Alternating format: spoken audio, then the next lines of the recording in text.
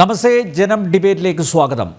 പത്തനംതിട്ടയിൽ പട്ടികജാതിയിൽപ്പെട്ട കായിക താരം കൂടിയായ 18-കാരി കൂട്ടബലാത്സംഗത്തിനിരയായി. കഴിഞ്ഞ 5 വർഷമായി ഈ പെൺകുട്ടി നിരന്തരമായി ലൈംഗിക പീഡനത്തിന് വിധേയമാകുകയായിരുന്നു. വ്യത്യസ്ത പ്രായക്കാരായ 62 പേർ പീഡിപ്പിച്ചെന്നാണ് പെൺകുട്ടിയുടെ മൊഴി. ഇതിൽ 42 പേരെ പോലീസ് തിരിച്ചറിഞ്ഞിട്ടുണ്ട്. പത്തനംതിട്ട, ഇലവുംതിട്ട പോലീസ് സ്റ്റേഷനുകളിലായി രജിസ്റ്റർ ചെയ്ത 5 കേസുകളിൽ ഇതിനകം 14 പ്രതികളെ അറസ്റ്റ് ചെയ്തിട്ടുണ്ട്. ജനഡിബേറ്റ് പരിശോധിക്കുന്നു. ഇതാണോ സർക്കാർ കൊട്ടിഘോഷിക്കുന്ന സ്ത്രീ സുരക്ഷ? ബി.ജെ.പി. നേതാവും സംസ്ഥാന വനിതാ കമ്മീഷൻ മുൻ അംഗവുമായ ഡോക്ടർ ജെ. പ്രമീള ദേവി, കോൺഗ്രസ് വക്താവ് doctor soya Joseph, retired SP. George Joseph, ഇടത് സഹയാത്രികൻ ഡോക്ടർ എൻ. ജയരാജ് എന്നിവർ ചേരുന്നു. എല്ലാ അതിഥികളെയും ഈ സംവാദത്തിലേക്ക് സ്നേഹാദരങ്ങളോടെ സ്വാഗതം ചെയ്യുന്നു, ഒപ്പം പ്രേക്ഷകരെയും.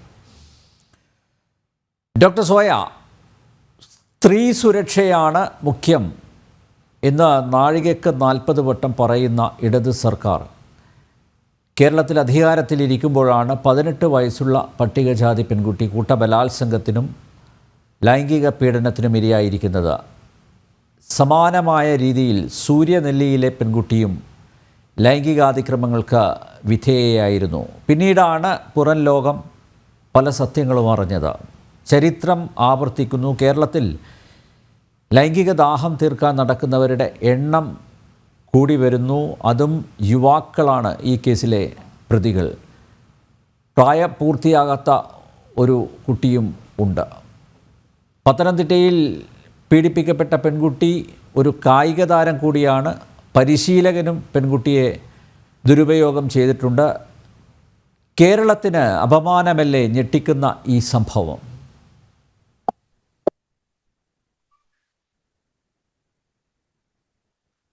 ബ്ലൂടൂത്തിലേക്ക് കണക്ട് ആയിട്ട് എങ്ങനെയാണോ? ഡോക്ടർ സോയ, കേൾക്കാമോ?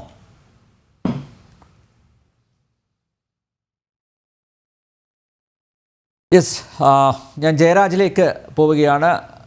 ഡോക്ടർ ജയരാജ്, ഈ സംഭവത്തെ താങ്കൾ എങ്ങനെ നോക്കിക്കാണുന്നു? 5 വർഷമായി തുടർച്ചയായി ലൈംഗിക പീഡനത്തിന് ഇരയാകുന്ന ഒരു പെൺകുട്ടി, പട്ടികജാതിയിൽപ്പെട്ട ഒരു പെൺകുട്ടിയാണ്, മാത്രമല്ല കായിക താരം കൂടിയാണ്. എങ്ങനെ നോക്കിക്കാണുന്നു? വളരെ ഞെട്ടിപ്പിക്കുന്ന ഒരു വാർത്തയാണ് പത്തനംതിട്ട എന്ന് കേട്ടത്. നേരത്തെ നമ്പ്യാർ സാർ പറഞ്ഞതുപോലെ സൂര്യനെല്ലി കേസിന് ശേഷം ഇത്ര ഭീകരമായൊരു വാർത്ത നമ്മളിതുവരെ കേട്ടിട്ടില്ല. കാര്യം ഈ പെൺകുട്ടിക്ക് ഒന്നാമത് 13 വയസ്സേ ഉള്ളൂ. 13 വയസ്സെന്ന് പറയുമ്പോൾ അതിൻ്റെ ശാരീരികമായ വളർച്ച മാത്രമേ ഉണ്ടായിട്ടുള്ളൂ, മാനസികമായിട്ടുള്ള വളർച്ചയൊന്നും ഉണ്ടായിട്ടില്ല. ആ സമയത്താണ് ഈ കുട്ടി അച്ഛൻ്റെ സുഹൃത്തിൻ്റെ മകൻ ആണ് ആദ്യമായി ഈ പെൺകുട്ടിയെ പീഡിപ്പിക്കുകയും പിന്നീട് അതിനുശേഷം അത് വീഡിയോ ടേപ്പ് ചെയ്യുകയും മറ്റു പലരെയും ഇതിലേക്ക് കൊണ്ടുവരികയും അങ്ങനെ ഇത് പടർന്ന് ഒരു ക്യാൻസറസ് ആയിട്ട് ഒരു 60ഓളം വരുന്ന ഈ എന്താണ് പറയുന്നത്, ഈ 6 സെൽസ് അറ്റാക്ക് ചെയ്യുകയും ഒക്കെ ചെയ്യുന്ന ഒരു സംഭവം ഉണ്ടായത്. കേരള മനസ്സാക്ഷിയെ തികച്ചും ഞെട്ടിപ്പിക്കുന്ന ഒരു സംഭവമാണ്. ഇതിപ്പം ഈ ഒരു കേസ് വെളിയിൽ വന്നപ്പോൾ ഇതുമാതിരി എന്തെല്ലാം കേസുകൾ നടക്കുന്നു എന്നുള്ളൊരു കാര്യം കുറേയൊക്കെ ഇൻസ്റ്റിറ്റ്യൂഷൻസ് ഹഷപ്പ് ചെയ്യപ്പെട്ട് വെക്കുന്നില്ലേ? എന്തെല്ലാമാണ് നടക്കുന്നത്, എന്തെല്ലാമാണ് നമ്മൾ അറിയുന്നത്? ഇതിപ്പോൾ ഈ പെൺകുട്ടി തുറന്നു പറയാത്ത കേസുകൾ എത്രയാണ്? ഇങ്ങനെയൊക്കെയുള്ള സംശയങ്ങൾ ന്യായമായി നമുക്ക് തോന്നിക്കാം. കാര്യം ഇത്ര മാത്രം ഉണ്ടാകുന്നതിൻ്റെ ഒരു പ്രധാനപ്പെട്ട കാരണം, ഒരിക്കൽ ഞാൻ കുറച്ച് സമയം കിട്ടുവാണെങ്കിൽ ഒരു സംഭവം പറയാം. ഒരിക്കലൊരു സ്കൂളിലെ ടീച്ചർ എൻ്റെ വീടിനടുത്ത് താമസിക്കുന്നതാണ്. ഒരു പെൻ ഡ്രൈവ് എൻ്റെ കൊണ്ട് തന്നിട്ട് പറഞ്ഞു, ഇതിനകത്ത് എന്തെങ്കിലും ഇതുണ്ടെങ്കിൽ അശ്ലീലം വല്ലതും ഉണ്ടോ എന്ന് നോക്കിയിട്ട് തരണേ സാറേ, എനിക്കറിയില്ല നോക്കാനെന്ന് പറഞ്ഞു. ഇപ്പോൾ ഞാൻ കമ്പ്യൂട്ടറിനകത്ത് നോക്കിയപ്പോൾ കുറേ പുതിയ തമിഴ് സിനിമകളാണ്, ഞാൻ കണ്ടിട്ടില്ലാത്ത കുറേ നല്ല സിനിമകൾ. ആ സിനിമ ഞാൻ സിസ്റ്റത്തിൻ്റെ ഡെസ്ക്ടോപ്പിനകത്ത് കോപ്പി ചെയ്തിട്ടിട്ട് ഞാൻ ഓടിച്ച് നോക്കിയപ്പോൾ അതിനകത്ത് കുഴപ്പമൊന്നുമില്ല. എന്നിട്ട് ഞാൻ ഇതങ്ങ് മറന്നു. പിന്നീട് സമയം കിട്ടുമ്പോൾ കാണാമെന്ന് കരുതി. ഇതിനകത്ത് കുഴപ്പമൊന്നുമില്ല എന്ന് പറഞ്ഞ് തിരിച്ചു കൊടുത്തു കഴിഞ്ഞ് പിന്നീട് ഒരു ദിവസം രാത്രി ഞാൻ ഉറങ്ങിക്കൊണ്ടിരുന്ന എൻ്റെ ഭാര്യ എന്നെ വിളിച്ചിട്ട് പറയുകയാണ്, നിങ്ങൾ ഇത്തരം വൃത്തികേടുകളൊക്കെയാണ് അതിനകത്ത് കോപ്പി ചെയ്തിട്ടിരിക്കുന്നത്. അപ്പോൾ ഞാൻ പറഞ്ഞു, വൃത്തികേടൊന്നും ഞാൻ കോപ്പി ചെയ്തിട്ടില്ല, ഇത് സിനിമകൾ കോപ്പി ചെയ്തതാണ്. അപ്പോൾ ഞാൻ നോക്കിയപ്പോൾ ആദ്യത്തെ ഒരു 10 മിനിറ്റ് സിനിമ, അതിനുശേഷം പിന്നീട് കംപ്ലീറ്റ് പോണോഗ്രാഫിക് പിക്ചേഴ്സ്, അതിനുശേഷം വീണ്ടും സിനിമ. ഈ സ്ഥലം വരുമ്പോഴത്തേക്ക് അവിടെ സൈലൻ്റായി മാറും. അപ്പോൾ ഞാൻ ഈ ടീച്ചറിനെ പിറ്റേന്ന് തന്നെ വിളിച്ചിട്ട് പറഞ്ഞു, ടീച്ചറെ ഇതിനകത്ത് കുഴപ്പമുള്ളൊരു പെൻഡ്രൈവാണ് കൊണ്ടുവന്നതെന്ന് പറഞ്ഞപ്പോൾ ടീച്ചർ ഭയങ്കരമായിട്ട് എൻ്റെ മുന്നിൽ നിന്ന് നിലവിളിച്ച് പൊട്ടിക്കരഞ്ഞു. ഞാൻ ചോദിച്ചു, എന്താ ടീച്ചറെ സംഭവം? ഉടനെ പറഞ്ഞ് 4 ക്ലാസ്സിൽ പഠിക്കുന്നൊരു കുട്ടി ആണ് എൻ്റെ കൂടെ യാത്ര ചെയ്യുന്നതാണ്. അവന് സീറ്റ് കിട്ടാത്തപ്പോൾ ഞാൻ എന്നെ ചേർത്ത് പിടിച്ച് നിർത്താറുണ്ട്. അവൻ്റെ കയ്യിൽ നിന്നാണ് ഈ സാധനം കിട്ടിയത്, പെൻഡ്രൈവ് കിട്ടിയതെന്ന് ആ ടീച്ചർ വളരെ വിഷമത്തോടു കൂടി എൻ്റെ അടുത്ത് പറഞ്ഞു. ഇപ്പോൾ ലൂസിങ് ഓഫ് ഇന്നസെൻസ് ഒന്ന്, കാരണം ഈ കേസിനകത്ത് പങ്കാളികളായിട്ടുള്ളത് മുഴുവൻ അണ്ടർ ഏജ്ഡ് ആയിട്ടുള്ള കുട്ടികളാണ്. 16 വയസ്സ് 15 വയസ്സൊക്കെ ഉള്ള കുട്ടികളാണ്. ഈ പെൺകുട്ടി ഇങ്ങനെ വീഡിയോ ടേപ്പ്, എത്ര ക്രിമിനാലിറ്റിയാണ് ഇത്തരം പോണോഗ്രാഫി മൂലം. പോണോഗ്രാഫി മാത്രമല്ല, സാഹചര്യങ്ങൾ അങ്ങനെയാണ്. ഇത് കാണുമ്പോഴത്തേക്ക്, ഇതെല്ലാം കണ്ടു കഴിയുമ്പോഴത്തേക്കും കുട്ടികൾക്കിത് ലൈവായിട്ട് ചെയ്യാനായിട്ടുള്ള പിന്നീടൊരു ത്വരയാണ്, അങ്ങനെയാണ് ഉണ്ടാകുന്നത്. അങ്ങനെ അത് കറക്റ്റായിട്ടുള്ള സെക്സ് എഡ്യൂക്കേഷൻ കൊടുക്കുന്നില്ല ഒന്നാമത് കുട്ടികൾക്ക്. പിന്നെ ഇത്തരം കാര്യങ്ങൾ ഇപ്പോൾ നമ്മൾ ഒരു സ്കൂളിൽ ചെന്നിട്ട് ഇത്തരം ഒരു സംഭവം ഉണ്ടായി കഴിഞ്ഞാൽ ഒരു ടീച്ചറിനോട് പറഞ്ഞു കഴിഞ്ഞാൽ അന്നേരം അത് സ്റ്റാഫ് റൂമിൽ പാട്ടാവുകയാണ്. പിന്നീട് ആ കുട്ടിയെ വിരൽ ചൂണ്ടിയിട്ട് ഈ കുട്ടി അങ്ങനെയുള്ള കുട്ടിയാണെന്ന് ചൂണ്ടിക്കാണിച്ച് അതിനെ നിയമ സംവിധാനം ഏർപ്പെടുത്തുന്നതിന് ഇപ്പോൾ ശക്തമായ നിയമങ്ങളുണ്ട്. പ്രിൻസിപ്പളോ ടീച്ചർമാരോ അറിഞ്ഞു കഴിഞ്ഞാൽ അവർ ഉന്നത സ്ഥാപനങ്ങളിൽ അറിയിക്കണം, പോലീസിനെ അറിയിക്കണം എന്നൊക്കെ നിയമം ഉണ്ടെങ്കിൽ പോലും പലത് സ്ഥാപനത്തിന് കേടുവരും, അല്ലെങ്കിൽ സ്ഥാപനത്തിൻ്റെ നല്ല പേരിന് പ്രശ്നം ഉണ്ടാവും എന്ന് പറഞ്ഞിട്ട് ഇത് ഹഷപ്പ് ചെയ്യുകയാണ്. ഈ സ്പോർട്സ് കേന്ദ്രങ്ങളിൽ ഇത് തന്നെയാണ് നടക്കുന്നത്.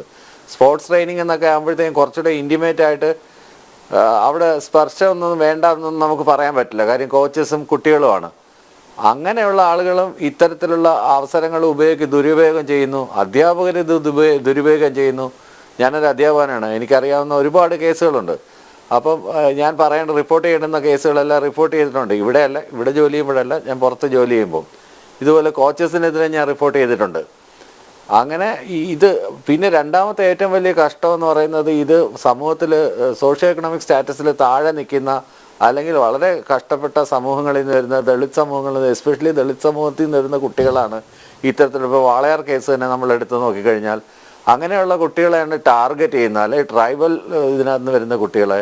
അപ്പോൾ ഇവർക്കൊന്നും ചോദിക്കാനും പറയാനും ആരും ഇല്ല എന്നുള്ളൊരു ധാരണയാണോ ഇത്തരം കാര്യങ്ങളിലേക്കിട്ടൊക്കെ ആളുകൾ മുന്നോട്ട് പോകുന്നത്? ഇവനൊക്കെ കൃത്യമായിട്ടുള്ള ശിക്ഷ, ഈ 61 എണ്ണത്തിനും ഒരു കോടതിയും വിടാത്ത രീതിയിലുള്ള ശിക്ഷ കൊടുത്തു കഴിഞ്ഞാൽ, കൃത്യമായ ശിക്ഷ, അർഹിക്കുന്ന ശിക്ഷ അവർക്ക് കൊടുത്തു കഴിഞ്ഞാൽ അതൊരു മെസ്സേജാണ്, സൊസൈറ്റിയിലൊരു മെസ്സേജാണ്. ഇങ്ങനെ ചെയ്തു കഴിഞ്ഞാൽ ദേ ഷുഡ് ബി പ്രോസിക്യൂട്ടഡ്, അല്ലെങ്കിൽ അതിന് നിയമവശമായിട്ട്. ഇന്നിപ്പോൾ പോകുന്നുണ്ട് പ്രതികളെല്ലാം മുഖം പൊത്തിയാണ്. എന്തിനാണ് മുഖം പൊത്തുന്നത്? അവന്മാർ ചെയ്തിട്ടല്ലേ. അപ്പോൾ ഇത്തരത്തിലുള്ള മുഴുവൻ ആളുകളെയും ഇപ്പോൾ ഏതാണ്ട് 19 പേരെയോ 18 പേരെയോ മറ്റോ പിടിച്ചിട്ടുണ്ട്. മുഴുവൻ ആളുകളെ അതിനകത്ത് മുഖം നോക്കാത്ത രീതിയിൽ പോലീസ് കൃത്യമായിട്ടുള്ള നടപടി എടുത്തു കഴിഞ്ഞാൽ ഇനിയെങ്കിലും ഇത് ആവർത്തിക്കാതിരിക്കും എന്നുള്ളൊരു ധാരണയാണ് എനിക്കുള്ളത്. ഇത് വളരെ വളരെ സത്യം പറഞ്ഞു കഴിഞ്ഞാൽ ഞാനൊരു പെൺകുഞ്ഞിൻ്റെ അച്ഛനാണ്. അതുകൊണ്ട് തന്നെ ഞാൻ പറയുന്നത്, ഇത് പൂർണ്ണമായിട്ട് ഉൾക്കൊണ്ടുകൊണ്ട് തന്നെയാണ് ഞാൻ ഈ പറയുന്നത്. ഇതിനകത്ത് വേറെ ഒന്നും നമ്മൾ നോക്കണമെന്ന കാര്യമൊന്നുമില്ല. കൃത്യമായ നിയമത്തിൻ്റെ മുന്നിൽ കൊണ്ടുവരിക, അവരെ അതിനു വേണ്ടി നിന്ന് ശിക്ഷ നടപ്പാക്കുക. പിന്നെ നമ്മളുടെ കുട്ടികൾ ഹെലികോപ്റ്റർ പാരന്റിങ് ചെയ്യണമെന്നൊന്നും ഞാൻ പറയുന്നില്ല, അങ്ങനെ ചെയ്യാൻ പറ്റില്ല. അറ്റ്ലീസ്റ്റ് അവരിടപെടുന്ന ആരൊക്കെയാണ് അവരുടെ സുഹൃത്തുക്കൾ, ആരൊക്കെയാണ് അവരുമായിട്ട് ഇടപെടുന്നത് എന്നുള്ളൊരു ബേസിക് കാര്യങ്ങളൊക്കെ ഒന്ന് മനസ്സിലാക്കി വയ്ക്കുക. ബീങ് എ സൈക്കോളജിസ്റ്റ് അതൊക്കെ നമുക്ക് ചെയ്യാൻ പറ്റും. പല കാര്യങ്ങളും ഇവർ ചെയ്യുന്നത് നെറ്റ് വഴി കമ്മ്യൂണിക്കേറ്റ് ചെയ്യുന്നു, ടിൻഡർ വഴി കണ്ടുമുട്ടുന്നു, ഫേസ്ബുക്ക് വഴി കണ്ടുമുട്ടുന്നു, അല്ലെങ്കിൽ റീൽസ് വഴി പരിചയപ്പെടുന്നു. ഇങ്ങനെയൊക്കെയാണ് കുട്ടികൾ പലപ്പോഴും ഈ നേരിട്ട് കണ്ട് സംസാരിക്കുന്ന ഒരു ആവശ്യങ്ങളൊന്നും ഇതിനകത്ത് വരുന്നില്ല. പിന്നെ അവർ ടൈം ഫിക്സ് ചെയ്യുന്നു, കാണുന്നു, കാര്യങ്ങൾ ചെയ്യുന്നു. പക്ഷേ ഈ പർട്ടിക്കുലർ കേസിൽ അങ്ങനെയൊന്നും അല്ല സംഭവിച്ചത്.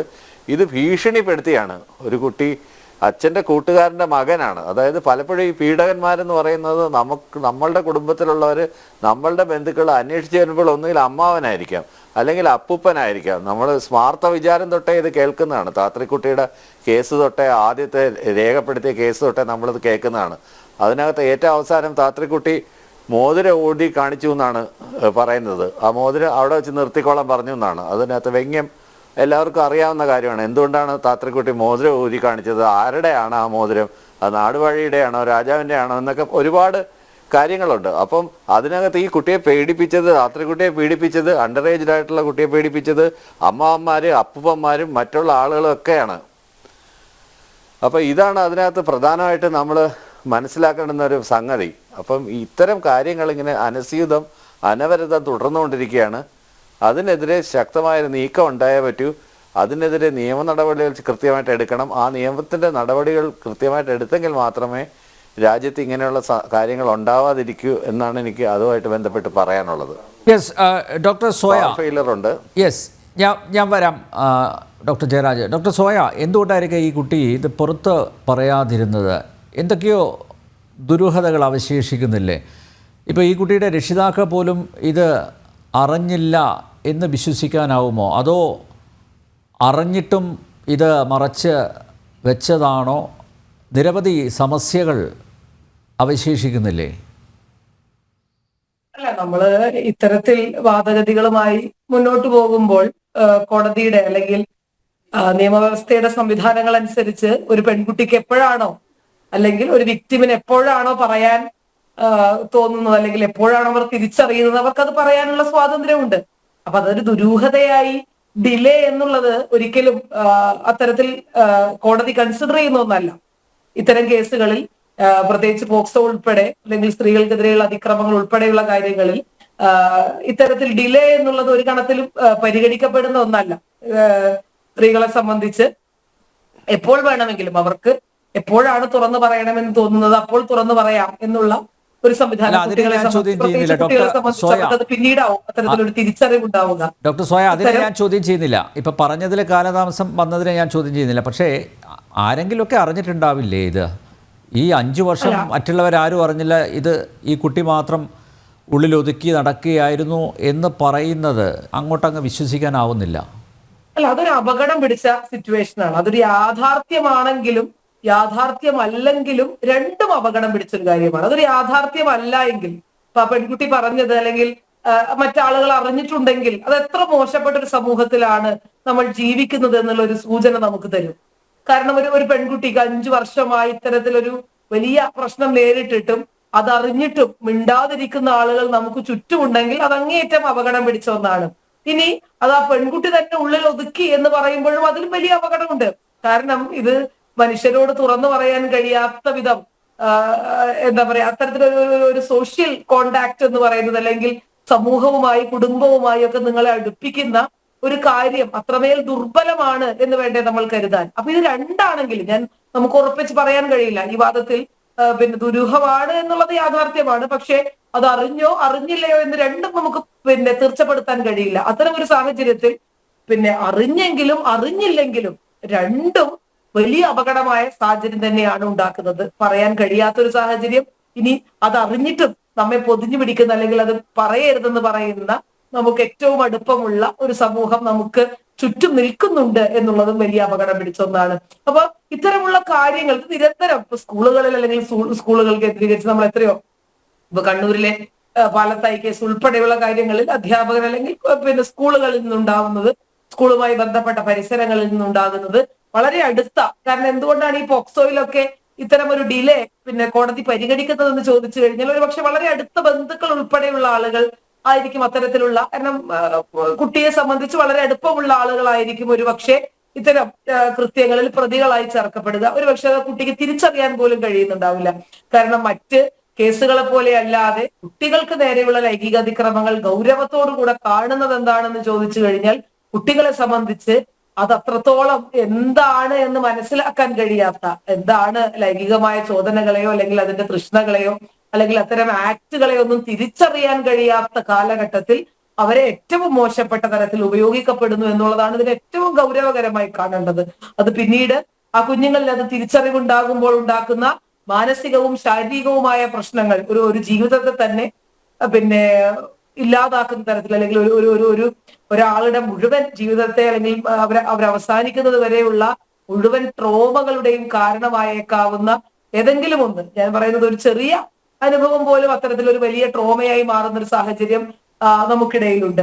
അപ്പൊ ഇത്തരത്തിലൊരു വലിയ അല്ലെങ്കിൽ ഒരു സീരീസ് ഓഫ് ക്രൈംസ് നിങ്ങൾക്ക് നേരെ ഉണ്ടായി അല്ലെങ്കിൽ 64 പേരെന്ന് പറയുന്നത് വലിയ അപകടം പിടിച്ച ഒരു നമ്പർ തന്നെയാണ്. അത് മാത്രമല്ല അത് തിരിച്ചറിയുന്നു, പ്രതികളെ അറിയുന്നു, അച്ഛന്റെ ഫോൺ നോക്കി അറിയുന്നു എന്നൊക്കെ പറയുന്നു. നമുക്കതിന്റെ വിശദാംശങ്ങളിലേക്ക് വളരെ കൃത്യമായി കടക്കാൻ കഴിഞ്ഞിട്ടില്ല. കുറെ കൂടെ അല്ലെങ്കിൽ അടുത്ത ദിവസങ്ങളിൽ പോലീസുമായി ബന്ധപ്പെട്ട റിപ്പോർട്ടുകൾ ഉൾപ്പെടെയുള്ള കാര്യങ്ങൾ വളരെ കൃത്യമായി വരുമെന്ന് തന്നെയാണ് ഞാൻ വിചാരിക്കുന്നത്. അപ്പൊ ഇതുമായി പോലീസുമായി ബന്ധപ്പെട്ട് കുറെ അനാസ്ഥകളും ആ പെൺകുട്ടി പങ്കുവെക്കുന്നുണ്ട്. അപ്പൊ അത്തരം കാര്യങ്ങളൊക്കെ വളരെ ഗൗരവത്തോടു കൂടെ കാണേണ്ടതാണ്. പോലീസുമായി ബന്ധപ്പെട്ട അനാസ്ഥ കാരണം കഴിഞ്ഞ 1 വർഷമായി തന്നെ ഇത്തരത്തിൽ പോലീസ് സ്റ്റേഷനിലേക്ക് പെൺകുട്ടികളും സ്ത്രീകളും ഉൾപ്പെടെയുള്ള ആളുകൾ അവർക്ക് അനുഭവിക്കപ്പെട്ടിട്ടുള്ള ആലുവയിലെ ഒരു കേസ്, ഒരു പെൺകുട്ടി മോഫിയ പർവീൻ എന്ന് പറയുന്ന പെൺകുട്ടി ഗാർഹിക പീഡന പരാതിയുമായി പോലീസ് സ്റ്റേഷനിലേക്ക് ചെല്ലുമ്പോൾ ആ പെൺകുട്ടിയെ മാനസികമായി തളർത്തി ആത്മഹത്യയിലേക്ക് തള്ളിവിടുന്ന ഒരു പോലീസിനെ നമ്മൾ കണ്ടു. അപ്പൊ ഇത്തരത്തിൽ പോലീസുമായി ബന്ധപ്പെട്ട് വലിയ അനാസ്ഥ നിൽക്കുന്നുണ്ട്. പ്രത്യേകിച്ച് സ്ത്രീകൾ ഉൾപ്പെടെയുള്ള ആളുകൾ പോലീസ് സ്റ്റേഷനിലേക്ക് ഇത്തരം കേസുകളുമായി ഇത്തരം പരാതികളുമായി ചെല്ലുമ്പോൾ ആ കടന്നു വരുന്ന സ്ത്രീക്ക് എന്തോ കുഴപ്പമുണ്ട്, അല്ലെങ്കിൽ ഈ പറഞ്ഞ് പരാതിയുമായി ചെല്ലുന്ന പെണ്ണുങ്ങൾക്കൊക്കെ എന്തോ കുഴപ്പമുണ്ട് എന്ന് പറഞ്ഞു വെക്കാനും സ്ഥാപിക്കാനും ഒക്കെ ശ്രമിക്കുന്ന പാട്രിയാർക്കിയുടെ ഒരു സ്വഭാവവും അധികാരധാർഷ്ട്യത്തിന്റെയും ഹുങ്കിന്റെയും രാഷ്ട്രീയവും ഒക്കെ പോലീസ് സ്റ്റേഷനുകളിൽ നിന്ന് നിരന്തരമായി പെൺകുട്ടികൾ പറഞ്ഞു വെക്കുന്ന ഒരു കാഴ്ച കുറെ വർഷങ്ങളായി കേരളത്തിലുണ്ട്. അപ്പൊ ഇതിനൊക്കെ മാറ്റം വരേണ്ടതുണ്ട്. അപ്പൊ ഇതൊരു കുറെ കൂടെ തുറന്ന സമീപനങ്ങൾ ഉണ്ടാകുന്നില്ല, ചർച്ചകൾ ഉണ്ടാകുന്നില്ല, ലൈംഗിക വിദ്യാഭ്യാസത്തിന്റെ കുറവുണ്ട്. അതെങ്ങനെയാണ് ഓരോ കുട്ടികളെ, നമ്മൾ പറയുന്ന ഇപ്പൊ കുട്ടികളെ പഴയകാലം പോലെയല്ല, കുട്ടികളെ ഇതൊക്കെ പഠിപ്പിക്കുന്നുണ്ട്. സ്കൂളുകൾ ഉൾപ്പെടെ എന്താണ് ഗുഡ് ടച്ച് എന്നും ബാഡ് ടച്ച് എന്നും ഒക്കെ കൃത്യമായി പഠിപ്പിക്കുന്നുണ്ട്. അപ്പൊ അത്തരത്തിലൊന്നും അല്ലെങ്കിൽ നമ്മൾ മുന്നോട്ട് വെക്കുന്ന ആ ഒരു തുറന്ന സമീപനം കുട്ടികളിലേക്ക് എത്തുന്നില്ലേ, അല്ലെങ്കിൽ അതിനേക്കാൾ അപകടകരമായി ഇവരെ നയിക്കുന്ന ചില കാര്യങ്ങളുണ്ടോ എന്നൊക്കെ നമ്മൾ പഠിക്കേണ്ടിയിരിക്കുന്നു. ഇപ്പൊ ഒരു മാനസിക വൈകൃതത്തിന്റെ അല്ലെങ്കിൽ ലൈംഗിക വൈകൃതങ്ങളുടെ ഒക്കെ ഒരു കാലത്ത് തന്നെയാണ് നമ്മൾ ജീവിക്കുന്നത് എന്നുള്ള കാര്യത്തിൽ സംശയമില്ല. അത് പലപ്പോഴും ഒളിക്കാനും പൊതിഞ്ഞു പിടിക്കാനും അല്ലെങ്കിൽ ലിമിറ്റ് ചെയ്യാനും ഒക്കെ പലതരത്തിലുള്ള ശ്രമങ്ങൾ ഉണ്ടാകുമ്പോൾ അതിനെയൊക്കെ പൊട്ടിച്ചു പോവുക, അതിനെയൊക്കെ തൃണവൽക്കരിച്ചു കൊണ്ടുപോവുക എന്നൊക്കെ പറയുന്ന അതിനുവേണ്ടി പല രീതികളും അവലംബിക്കുമ്പോൾ അത് പലപ്പോഴും വൈകൃതങ്ങളായി മാറുന്നു എന്നുള്ളതാണ് യാഥാർത്ഥ്യമായിട്ടുള്ള അവസ്ഥ. അപ്പൊ അതിനൊക്കെ കുറെ കൂടെ നല്ല രീതിയിലുള്ള ലൈംഗിക വിദ്യാഭ്യാസം ഉൾപ്പെടെയുള്ള കാര്യങ്ങൾ നൽകേണ്ടതുണ്ട്. പോലീസിന്റെ നടപടി കുറെ കൂടെ കാര്യക്ഷമമാകേണ്ടതുണ്ട്. എന്തൊക്കെ പറയുമ്പോഴും നമ്മളൊക്കെ വലിയ പ്രബുദ്ധ കേരളം എന്ന് അഭിമാനിക്കുമ്പോഴും ഇപ്പോ ഇത്തരത്തിൽ ഒരു പരിശീലകർ ഉൾപ്പെടെയുള്ള ആളുകൾ ഇതുമായി ബന്ധപ്പെട്ടിട്ടുണ്ട് എന്ന് പറയുന്നു. അപ്പൊ ഇത്തരത്തിലുള്ള കാര്യങ്ങളൊക്കെ വലിയ സങ്കടകരമായിട്ടുള്ള ഒരു അവസ്ഥയാണ്. പ്രത്യേകിച്ചും വളരെ മാർജിനലൈസ് ആയിട്ടുള്ള ഒരു കമ്മ്യൂണിറ്റിയിൽ നിന്ന് വരുന്ന, ജീവിതത്തിൽ രക്ഷപ്പെടണമെന്ന് ആഗ്രഹിക്കുന്ന, തങ്ങളുടെ കായിക വിദ്യാഭ്യാസം കൊണ്ടോ അല്ലെങ്കിൽ അതിന്റെ മേന്മ കൊണ്ടോ കഴിവ് കൊണ്ടോ കല കൊണ്ടോ പഠനം കൊണ്ടോ ഒക്കെ രക്ഷപ്പെടണമെന്ന് കുഞ്ഞുങ്ങൾ ചിന്തിക്കുമ്പോൾ വിചാരിക്കുമ്പോൾ അതിന് തടസ്സം നിൽക്കുന്നത്, അല്ലെങ്കിൽ ആ തടസ്സത്തിനപ്പുറത്തേക്ക് ജീവിതത്തെ തന്നെ ഒരു ട്രോമയാക്കി മാറ്റുന്ന ഒരു സമൂഹം, അല്ലെങ്കിൽ അത്തരം ഒരു സമൂഹത്തിന്റെ ഭാഗമായി നിൽക്കുന്ന ആളുകൾ ഇതൊക്കെ നിയന്ത്രിക്കുന്നു, അതിൽ സംവിധാനമുള്ള ആളുകളായി മാറുന്നു എന്നുള്ളതൊക്കെ വലിയ സങ്കടകരമായ കാര്യം തന്നെയാണ്. കുറെ കൂടെ തുറന്ന അന്വേഷണവും തുറന്ന സമീപനവും ഇത്തരം കേസുകളിൽ ഉണ്ടാകേണ്ടതുണ്ട്. ഓക്കെ, ശ്രീ ജോർജ് ജോസഫ്, ഒരുപക്ഷെ ഞാൻ നേരത്തെ ഉന്നയിച്ച ആ ദുരൂഹതകളിൽ താങ്കളുടെ സ്പെക്കുലേഷൻസ് എന്താണ്? ഇതിപ്പോൾ 5 വർഷമായി അല്ലേ? 13ാമത്തെ വയസ്സിലാണ് പെൺകുട്ടി ആൺ സുഹൃത്തിനാൽ പീഡിപ്പിക്കപ്പെടുന്നത്. 5 വർഷത്തിനിടയിൽ 62 പേർ പീഡിപ്പിച്ചു എന്നാണ് പറയുന്നത്. ഇതിൽ 42 പേരെ പോലീസ് ഇതിനകം തിരിച്ചറിഞ്ഞിട്ടുണ്ട് അല്ലേ? ഏറ്റവും അടുത്ത ആളുകളോടെങ്കിലും ഈ കുട്ടി പീഡന വിവരം പറഞ്ഞിട്ടുണ്ടാവില്ലേ അല്ലേ? രക്ഷിതാക്കളോട് പറഞ്ഞിട്ടുണ്ട്. ഇപ്പോൾ പുറത്ത് സുഹൃത്തുക്കളോട് പറയണമെന്നില്ല, രക്ഷിതാക്കളോട് ഒരു പക്ഷേ പങ്കുവച്ചിട്ടുണ്ടാവും. അത് മറച്ച് വെച്ചതാണോ, ഇനി പൊതുസമൂഹത്തിൽ ഇത് അറിയുന്നതിലുള്ള നാണക്കേട് കൊണ്ടായിരിക്കുമോ, എന്താണ് എന്ന് വ്യക്തമാകുന്നില്ല. എന്തായിരിക്കാം അതിൻ്റെ ഒരു കാരണം?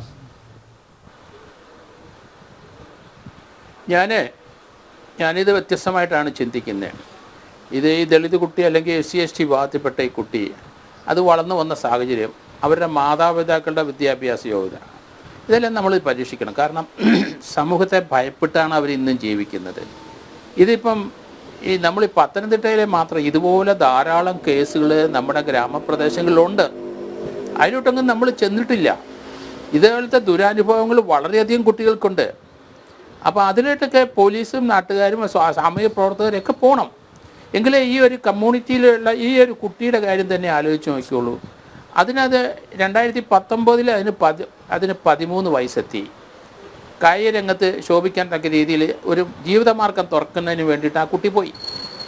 ആ സമയത്ത് കായിക അധ്യാപകരും ആ കായിക അധ്യാപക സഹപാഠികളൊക്കെ കുട്ടിയെ പതുക്കെ പീഡിപ്പിക്കുകയാണ്. ഒരാൾ ഈ കുട്ടിയെ ദുരുപയോഗം ചെയ്ത് അതിനുശേഷം കുട്ടിയുടെ അന്നേരം കുട്ടിയോട് പറഞ്ഞിരിക്കുന്നത് ഞാൻ അവളെ നിന്നെ വിവാഹം ചെയ്തോളാം എന്ന് പറഞ്ഞ് എന്നെ പ്രേരിപ്പിച്ച് ആ കുട്ടിയെ ആ പീഡനത്തിന് വിധേയമാക്കി അതിൻ്റെ ഫോട്ടോ അയാളെടുത്ത് അതിനുശേഷം പല പ്രാവശ്യവും അയാൾ ആ കുട്ടിയെ ഈ വിധേയമാക്കുന്ന ഈ ഫോട്ടോ കാണിച്ചിട്ടാണ്. ആ ഫോട്ടോ ഇയാൾ കുറേ സമയം കഴിഞ്ഞപ്പോൾ അയാളുടെ കൂട്ടുകാരെ കാണിച്ചു. അവരും പതുക്കെ ഈ ഫോട്ടോ കാണിച്ച് ആ കുട്ടിയെ പീഡിപ്പിച്ചു. കാരണം അതിനെ ഭയപ്പെടുത്തി. അങ്ങനെയാണ് ഇപ്പോൾ ഏകദേശം 62 64 പേരുണ്ടെന്ന് പറയുന്നത്. കാരണം മെച്യൂരിറ്റി വന്ന ശേഷം അല്ലെങ്കിൽ 18 വയസ്സാകാറായപ്പോൾ ആ കുട്ടിയെ അത് CWCയിൽ അവർ ഈ കുട്ടി അത് അങ്ങനെ ബന്ധപ്പെട്ട ആൾക്കാരോട് പറഞ്ഞപ്പോൾ CWCയിലെ സൈക്കോളജിസ്റ്റ് അവിടെ വന്ന് ആ കുട്ടിക്ക് വേണ്ടതായ ധൈര്യം കൊടുത്തു. അങ്ങനെയാണ് ആ കുട്ടിയെ ഇത് തുറന്ന് പറയാൻ കാരണം. അല്ല, ഇത് പറയില്ല. സൂര്യനെല്ലി കേസിനകത്ത് നമുക്കറിയാമല്ലോ, ആ കുട്ടിയെ പല ഭാഗത്തും അതിനെ കൊണ്ടുപോയി വിറ്റു. അവസാനം ആ കുട്ടി അത് പറഞ്ഞു തുടങ്ങിയപ്പം പലരും അപ്രത്യക്ഷമായി. അതിനകത്ത് എത്രയോ ക്യാരക്ടേഴ്സാണ് വലിയ പ്രായമുള്ളവരും വിദ്യാഭ്യാസമുള്ളവരും വക്കീലന്മാരൊക്കെ ആ കൊച്ചിനെ ദുരുപയോഗം ചെയ്തിട്ടുണ്ട്, നമ്മൾ കണ്ടു. ഇവിടെ ഈ കുട്ടിയെ ഒരിക്കലും ഞാൻ കുറ്റപ്പെടുത്തില്ല. കാരണം ധാരാളം കേസുകളൊന്നും ഇതുപോലെ നമ്മുടെ സമൂഹത്തിൽ നടന്നുകൊണ്ടിരിക്കുന്നത്. അതൊന്നും വെളിച്ചത്തോട്ട് വരുന്നില്ല എന്നാണ് ഞാൻ പറയുന്നത്. കാരണം നമുക്ക് വാളയാർ കേസിൽ അറിയാമല്ലോ, ആ കേസ് 13 വയസ്സുള്ള കുട്ടി ആത്മഹത്യ ചെയ്ത് പോട്ടെ, 9 വയസ്സുകാരി എങ്ങനെയാണ് ആത്മഹത്യ ചെയ്യുന്നത്? ഇന്നും അത് ദുരൂഹമായിട്ട് നിൽക്കുകയാണ്. അതിൻ്റെ CBI അന്വേഷണത്തിനോട് ഞാൻ യോജിക്കുന്നുമില്ല. കാരണം ആ കുട്ടിയെ ഹോമോസെക്ഷുവാലിറ്റി അല്ലെങ്കിൽ ആ കുട്ടിയെ ചില വൃത്തികെട്ട രീതിയിൽ അതിനെ ഉപയോഗിച്ച ശേഷം അതിനെ കെട്ടിത്തൂക്കി എന്നുള്ളതാണ് അതിൻ്റെ ഞാൻ മനസ്സിലാക്കിയിരിക്കുന്നത്. പക്ഷേ നമുക്ക് നീതി കാണിക്കാൻ പറ്റിയില്ല. ഇവിടെ ഇപ്പം ഏകദേശം 64 പേരുടെ പേരാണ് പറയുന്നത്. 42 പേരെ മനസ്സിലായിട്ടുണ്ട്. ചില ആൾക്കാരുടെ പേര് ആ കുട്ടിക്ക് അറിയത്തില്ല, അതിന് മനസ്സിലാക്കി എടുക്കാമെന്ന് ആ കുട്ടി പറഞ്ഞിട്ടുണ്ട് CWCയിൽ. അപ്പോൾ ഇതിനകത്ത് ആ ആവറേജ് നമ്മൾ നോക്കിയാൽ 18 വയസ്സിനും 32 വയസ്സുള്ള ചെറുപ്പക്കാരാണ് കൂടുതൽ ഇൻവോൾവ് ചെയ്തിരിക്കുന്നത്. ഒരാൾ മാത്രം 18 വയസ്സിനകത്ത് മൈനറായ ഒരാളാണ്. പിന്നെ 2 പേര് ബ്രദേഴ്സാണ്. അപ്പോൾ ഓപ്പർച്യൂണിറ്റി കിട്ടുന്ന എല്ലാവരും യൂസ് ചെയ്യുകയാണ്. നമുക്കിതിന് എന്തായാലും ഒരു പ്രതിവിധി വേണം. എന്ത് ചെയ്യണം? നമ്മൾ കുട്ടികളായിട്ടൊക്കെ ബാഡ് ടച്ച് ഗുഡ് ടച്ചൊക്കെ നമ്മൾ പഠിപ്പിച്ചിട്ടുണ്ട്. 5ാം ക്ലാസ് മുതൽ ലൈംഗിക വിദ്യാഭ്യാസം കൊടുത്തേ പറ്റൂ. കാരണം 9ാം ക്ലാസ്സുകാരനല്ല 10ാം ക്ലാസ്സിൻ്റെ അടുത്ത് പറയുന്ന അത്ര ഇല്ലെങ്കിലും ഒരു ഗുഡ് ടച്ച് ബാഡ് ടച്ച് അങ്ങനെയുള്ള ചില ഇതൊക്കെ ഇവർക്ക്, കാരണം അവർക്ക് 10 വയസ്സ് മുതൽ അവർക്കിത് മനസ്സിലാവും. അപ്പോൾ അതുകൊണ്ട് 5ാം ക്ലാസ്സാണ് ഞാൻ ഉദ്ദേശിക്കുന്നത്. 5ാം ക്ലാസ് വരെ തുടർച്ചയായിട്ട് 10ാം ക്ലാസ് വരെ 18 വയസ്സ് വരെ എത്തുന്ന സ്ഥലം മുഴുവൻ ഇവർക്ക് സൈക്കോളജിസ്റ്റുകളും നല്ല ആൾക്കാരെ വിളിച്ചിട്ട് ക്ലാസ് എടുക്കണം. അത് ഇനി കമ്പൽസറി ആയിട്ട് നടത്തേണ്ടിയിരിക്കുന്നു അത്. കാരണം ഇതുപോലെയുള്ള വലിയ വലിയ സംഭവങ്ങൾ പല സ്ഥലത്തും നടക്കുന്നവർ റിപ്പോർട്ട് ചെയ്യുന്നില്ല, ഭയപ്പെട്ടിട്ട്. അത് തന്നെയല്ലേ നമ്മൾ ഒരു 18 വയസ്സുകാരൻ്റെ മനസ്സല്ലല്ലോ ഈ കൊച്ചുങ്ങൾക്ക്. അതിനെ പീഡിപ്പിച്ചതിൻ്റെ ദൃശ്യം അതിനെ കാണിച്ചു കഴിയുമ്പം അതിന് ഭയമാണ്. അതിന് നിയമത്തെപ്പറ്റിയൊന്നും അറിയില്ല, എന്ത് ചെയ്യണമെന്നറിയില്ല. ആ കൺഫ്യൂഷനിൽ ആ കൊച്ചിനെ ദുരുപയോഗം ചെയ്തുകൊണ്ടിരിക്കുന്ന കാഴ്ചയാണ് നമ്മൾ കാണുന്നത്. നമുക്ക് ഏതായാലും ഇത് തീർച്ചയായിട്ടും ഈ ഒരു കേസ് വന്നതോടുകൂടി ഇന്ത്യയിൽ എനിക്ക് തോന്നുന്നില്ല 64 പേര് പീഡിപ്പിച്ച ഒരു കേസ് റിപ്പോർട്ട് ചെയ്തിട്ടുണ്ടെന്ന്. കാരണം 10ഉം 16ഉം പേരൊക്കെ നമ്മൾ കണ്ടിട്ടുണ്ട് സൂര്യനെല്ലി കേരളത്തിൽ തന്നെ. ഇത്രയും 64 പേര്, ഇനി ഇതിൻ്റെ സംഖ്യ കൂടാം. കാരണം ഏകദേശം ആ കുട്ടി 13 വയസ്സ് മുതൽ 18 വയസ്സ് എന്ന് പറയുമ്പം ഏകദേശം 1800 ദിവസങ്ങളോളം അതിൻ്റെ ഇടയ്ക്കാണ് ഈ പീഡനങ്ങളെല്ലാം നടന്നതെന്നാണ് എനിക്ക് തോന്നുന്നത്. അപ്പോൾ അതുകൊണ്ട് ഇതിനകത്ത് പുതിയ പുതിയ കഥാപാത്രങ്ങൾ വരും, തീർച്ചയായിട്ടും വരും. പക്ഷേ ഇപ്പോഴെങ്കിലും അത് പറഞ്ഞല്ലോ ആ കുട്ടി. അത് പറയാൻ അതിനൊരു മാനസികമായ നല്ല CWCക്കാർ വളരെയധികം അതിന് സപ്പോർട്ട് കൊടുത്ത് അതിനെ ഇപ്പം മകളെ അവിടെ പ്രത്യേക ഇതിലോട്ട് ഷിഫ്റ്റ് ചെയ്തു. കുട്ടിക്കൊരു കോൺഫിഡൻസ് വന്നു. കാരണം ഈ സ്പോർട്സ് രംഗത്ത് ധാരാളം ഇതുപോലെയുള്ള വൃത്തികേടുകൾ എത്രയോ കേസുകളുണ്ട്. കുട്ടികൾ അഭിമാനം ഓർത്തിട്ട് അത് മിണ്ടാതിരിക്കുകയാണ്. പല കുട്ടികളുമുണ്ട്. അത് റെസ്ലിംഗ് ഉൾപ്പെടെ അങ്ങനെയുള്ള പല സ്ഥലത്ത് എത്രയോ കേസുകൾ കോച്ചസ് പീഡിപ്പിക്കുന്നത് നമ്മൾ കണ്ടിരിക്കുന്നു. അപ്പോൾ ഇതിന് നമുക്ക് തീർച്ചയായിട്ടും കുറേയൊക്കെ നമുക്ക് കൺട്രോൾ ചെയ്യാൻ പറ്റും. നമ്മുടെ വിദ്യാഭ്യാസ രീതികൾ, കുട്ടികൾ, മാതാപിതാക്കൾ ശ്രദ്ധിക്കണം. കാരണം ഈ കുട്ടിയുടെ മാതാപിതാക്കളെ ഞാൻ കുറ്റപ്പെടുത്തത്തില്ല. കാരണം അവർ കൂലിപ്പണിക്കാരാണ്, കഴിയാൻ നിവൃത്തിയില്ലാത്തവരാണ്. ഈ കുട്ടിക്ക് മൊബൈലില്ല, പിതാവിൻ്റെ മൊബൈലിൽ വിളിക്കുകയാണ്. പിതാവിൻ്റെ കൂട്ടുകാരും ആ കുട്ടിയെ പീഡിപ്പിച്ചിട്ടുണ്ട്. കാരണം അങ്ങനെ ആ പിതാക്കന്മാർ നമ്മളെപ്പോലെ വിളവ് പഠിച്ചവരൊന്നും ആയിരിക്കത്തില്ല, പാവങ്ങളാണ്. അവർക്ക് പല ആൾക്കാരുമായിട്ട് ബന്ധപ്പെടും. കാരണം അവരുടെ ജീവിത രീതി അങ്ങനെയാണ് പോകുന്നത്. അങ്ങനെ മിസ്യൂസ് ചെയ്യുന്നുണ്ടെന്ന് മാതാപിതാക്കൾ അറിയില്ല. ഇപ്പം വാളയാർ കേസിനകത്ത് അമ്മയെ അവർ മനസ്സിലാക്കിയ കൂലിപ്പണിക്ക് പോകുന്നവരാണ്. കൂലിപ്പണിക്ക് പോകാൻ കുട്ടികൾ തന്നെയാണ് വീട്ടിൽ. അവിടെ പലരും കയറി അതിനെ മിസ്യൂസ് ചെയ്താണ് അത് നടന്നത്. അവരെ എങ്ങനെ കുറ്റപ്പെടുത്താൻ പറ്റും നമുക്ക്? ഇവിടെ അത് തന്നെയാണ് എനിക്ക് തോന്നുന്നത്. Yes, ജോർജ് ജോസഫ്, നേരത്തെ ഡോക്ടർ സോയ പറഞ്ഞത്, അതായത് ഇത്തരം പരാതികളുമായിട്ട് പോലീസ് സ്റ്റേഷനുകളിലേക്ക് പോകുമ്പോൾ പ്രതീക്ഷിക്കുന്ന നീതി ലഭിക്കുന്നില്ല, പോലീസ് അവധാനതയോടെ ഈ വിഷയം പരാതി കൈകാര്യം ചെയ്യുന്നില്ല എന്നുള്ളൊരു ആക്ഷേപമുണ്ട്. പോലീസിൻ്റെ റോൾ എന്തായിരിക്കണം? അത് കൃത്യമായിട്ട് അവർ നിർവഹിക്കുന്നുണ്ടോ? അതോ ഇതൊക്കെ ഒറ്റപ്പെട്ട സംഭവങ്ങൾ എന്ന രീതിയിൽ ലാഘവത്തോടെയാണോ കൈകാര്യം ചെയ്യുന്നത്?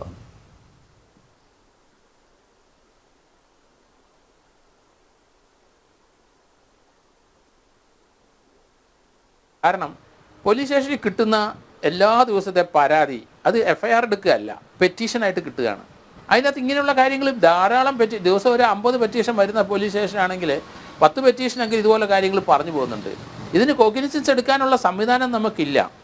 അപ്പോൾ അവർ കുറച്ച് സെലക്റ്റീവ് ആവുമെന്ന് എനിക്ക് തോന്നുന്നു. എങ്കിലും നമുക്ക് ഒരു കുട്ടിയെ, ഒരു മൈനറായ കുട്ടിയെ ആരെങ്കിലും പിടിപ്പിച്ചെന്ന് പരാതി വന്നാൽ അത് മാൻഡേറ്ററി ആയിട്ട് അവർ കേസ് എടുത്തേ പറ്റുള്ളൂ. അത് പിന്നെ റെഫർ ചെയ്ത് തെറ്റാണെങ്കിൽ റെഫർ ചെയ്ത് നമുക്ക് കളയാമല്ലോ. കാരണം ആ കുട്ടിയെ പരിരക്ഷിക്കേണ്ട, അതിന് വേറൊരു സൂയിസൈഡിലേക്ക് പോകാതിരിക്കേണ്ട കടമ ആ പോലീസ് ഉദ്യോഗസ്ഥർക്കും നമ്മുടെ ആ കുട്ടിയുടെ പേരൻസിനും സമൂഹത്തിനും ഉണ്ടെന്ന് നമ്മൾ വിചാരിച്ചോണം. അപ്പോൾ അങ്ങനെ വരുന്ന കേസുകൾ തീർച്ചയായിട്ടും പോലീസ് കേസ് എടുക്കണം. കാരണം ചില കേസിനകത്ത് വെറുതെയെങ്കിലും ഇങ്ങനെ പറഞ്ഞു പോകുന്ന ധാരാളം പെറ്റീഷൻസ് പോലീസ് സ്റ്റേഷനിൽ വരുന്നുണ്ട്, അത് നമുക്കറിയാം. അതുകൊണ്ട് ചില കേസങ്ങ് എടുക്കുന്നുള്ളൂ എന്ന് തോന്നുന്നു എനിക്ക്. കാരണം വർക്ക് ലോഡ് വളരെ കൂടുതലാണ്. ഇപ്പം ഇത് തന്നെ നമ്മൾ ആലോചിച്ചോണം. ഇത് ഇലവന്തിട്ട പോലീസ് സ്റ്റേഷനിലും പത്തനംതിട്ട പോലീസ് സ്റ്റേഷനിലും SC/ST വന്നുകൊണ്ട് DOSP അന്വേഷിച്ചേ പറ്റുള്ളൂ. ഇതിനകത്ത് 64 കേസ് എടുക്കേണ്ടി വരും. അല്ലെങ്കിൽ എങ്ങനെയായാലും 10-40ഓളം കേസുകൾ എടുക്കണം. മാസമായിട്ട് ഈ കുട്ടിയെ കൊണ്ടുപോയി 3 പേര് ഒന്നിച്ചു കൊണ്ടുപോയി പീഡിപ്പിച്ചിട്ടുണ്ട്. അപ്പോൾ അതിനൊരു കേസിനകത്ത് നമുക്ക് ആ 3 പേരെ ഉൾപ്പെടുത്താൻ പറ്റും. അതേ സമയത്ത് ഇൻഡിവിജ്വലായിട്ട് ഓരോരുത്തർ പോയി ഈ കുട്ടിയെ പിടിപ്പിച്ചത് ഇൻഡിവിജ്വലായിട്ട് ഒരു FIR എടുത്തേ കൂട്ടു. ഇലവന്തിട്ട പോലീസ് സ്റ്റേഷനിൽ ഇപ്പോൾ 2 എണ്ണം എടുത്തു, പത്തനംതിട്ടയിൽ ഇപ്പോൾ 3 എണ്ണം എടുത്തു, 5 FIR ആയെന്നാണ് ഞാൻ മനസ്സിലാക്കുന്നത്. അത് മുഴുവൻ ഏതായാലും ഒരു DOSP അന്വേഷിച്ച് നോക്കുള്ളൂ. SC/ST ആക്ട് വരുന്നതുകൊണ്ട് DOSP വന്നേ പറ്റുള്ളൂ. അപ്പം പോലീസ് പല സന്ദർഭത്തിൽ അവർക്ക് വർക്ക് ലോഡ് ഭയങ്കര കൂടുതലാണ്, ഒന്നാലും ശരി. എങ്കിലും പോലീസ് ഉദ്യോഗസ്ഥ SHOമാർ കൃത്യമായിട്ട് ഇതുപോലെ പ്രത്യേകിച്ച് പാവങ്ങളായി വരുന്നവർക്ക് ഒരു ആശ്രയമില്ല, ആകെയുള്ളത് പോലീസാണ്. അതുകൊണ്ട് പോലീസിലെ സർക്കാർ ആവർത്തിച്ച് പറയുന്നത് സ്ത്രീ സുരക്ഷയ്ക്കാണ് ഏറ്റവും വലിയ പ്രാധാന്യം കൊടുക്കുന്നതെന്നാണ്. സ്ത്രീ സുരക്ഷയാണ് നമ്മുടെ അജണ്ട എന്ന് പറഞ്ഞാണല്ലോ ഈ സർക്കാർ മുന്നോട്ട് പോകുന്നത്. സ്ത്രീകളുടെയും കുട്ടികളുടെയും പ്രശ്നങ്ങൾ അത് കൈകാര്യം ചെയ്യാൻ മാത്രമല്ല അത് മനസ്സിലാക്കാനൊക്കെ പ്രത്യേക സംവിധാനമൊക്കെ ഏർപ്പെടുത്തിയിട്ടുണ്ടല്ലോ. അപ്പോൾ അങ്ങനെ ഒരു അലംഭാവം പോലീസിൻ്റെ ഭാഗത്തുനിന്ന് ഉണ്ടാവണമെങ്കിൽ അത് തിരുത്തേണ്ടത് ആഭ്യന്തര വകുപ്പല്ലേ, ഉത്തരവാദപ്പെട്ട ആളുകളല്ലേ?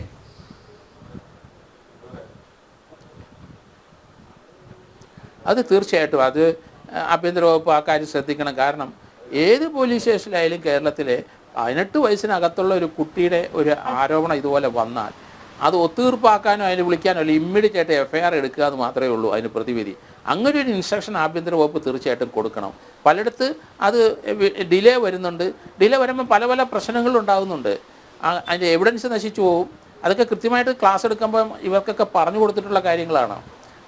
ഏതെങ്കിലും ഒരു കുട്ടി അങ്ങനെ വന്നിട്ടുണ്ടെങ്കിൽ ഇമ്മീഡിയറ്റ് ആയിട്ട് അതിന് കേസെടുക്കാൻ, കുട്ടിയുടെ ഡ്രസ്സൊക്കെ നമുക്ക് പെട്ടെന്ന് തന്നെ പ്രിസർവ് ചെയ്യണം, വേറെ ഡ്രസ്സ് കൊടുക്കണം.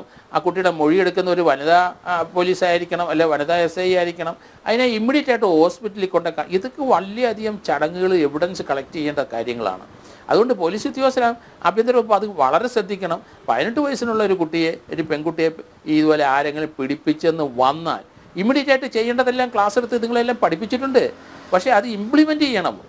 അത് ആ കൺസേൺഡ് SPമാരും DOSPമാരും അതിൻ്റെ പുറകെ നിന്ന് വിജിലൻ്റായിട്ട് ഇരുന്നെങ്കിൽ മാത്രമേ നമുക്ക് ഇതുപോലുള്ള സംഭവങ്ങൾ റിപ്പീറ്റ് ചെയ്യാതിരിക്കാനെങ്കിൽ കുറേയൊക്കെ സഹായിക്കാൻ പറ്റുള്ളൂ. അതുകൊണ്ട് ആഭ്യന്തര വകുപ്പ് അടിയന്തരമായിട്ട് തീർച്ചയായിട്ടും കാരണം. പക്ഷേ വേറൊരു കാര്യമുണ്ട്.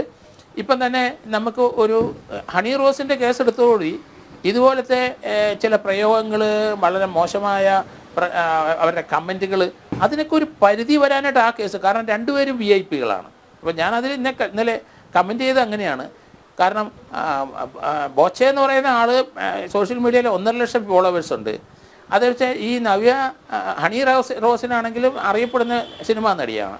അപ്പോൾ അതിനകത്ത് കൂടുതൽ അങ്ങോട്ടും ഇങ്ങോട്ടും ഒത്തിരി കമൻറ്റുകൾ ഇട്ട് വരുമ്പം അതിനകത്ത് നടപടി ശക്തമാകുമ്പം അതിന് തീർച്ചയായിട്ടും ആ രീതിയിലുള്ള ഭാഷ ഉപയോഗിക്കാൻ എല്ലാവരും ഒരു മടിക്കും.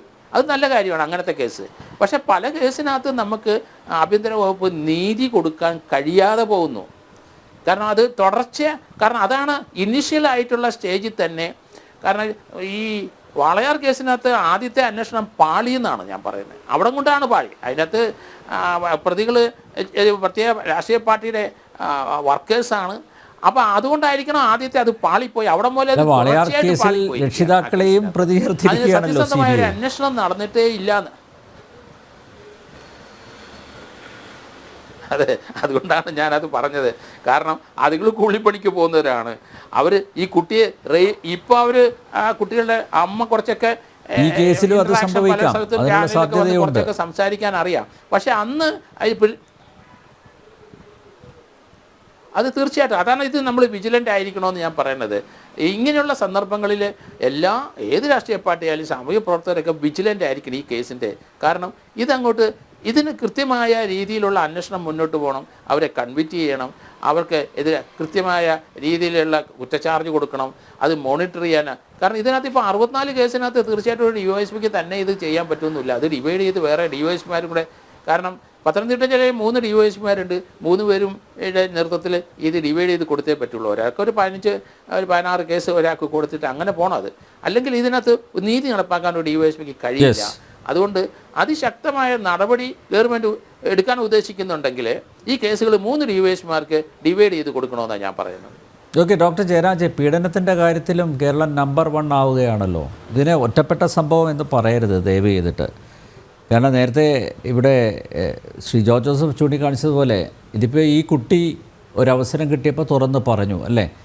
ഇങ്ങനെ പറയാതെ പിന്നെ ഒളിച്ചു വെക്കേണ്ടി വരുന്ന അല്ലെങ്കിൽ ഒളിച്ചു വെച്ച പല കേസുകളും ഉണ്ടാവും നമ്മുടെ മുമ്പിൽ. ഇതിനേക്കാൾ ഞെട്ടിപ്പിക്കുന്ന തരത്തിലുള്ള കേസുകൾ ഒരുപക്ഷെ ഉണ്ടായിരിക്കാം. ഇതൊരു സാഹചര്യം സംജാതമായപ്പോൾ ആ കുട്ടി പറഞ്ഞു എന്നുള്ളതാണ്. ആഭ്യന്തര വകുപ്പ് ഇക്കാര്യത്തിൽ കുറേ കൂടി ജാഗ്രത പുലർത്തേണ്ടതല്ലേ ഡോക്ടർ ജയരാജ്? തീർച്ചയായിട്ടും ഈ പറഞ്ഞതിനോട് ഞാൻ 100% യോജിക്കുന്നു. അതുപോലെ ഇത് കേസ് ഇന്ത്യയിൽ ആദ്യത്തെയാണ്. ഈ 61 പേര് പീഡിപ്പിച്ചാൽ 62 പേര് പീഡിപ്പിച്ചത് ആദ്യത്താണെന്നല്ലേ ജോർജ് ജോസഫ് സാർ പറഞ്ഞത്. ഇപ്പോൾ ഇതിൻ്റെ പേരങ്ങ് മാറും.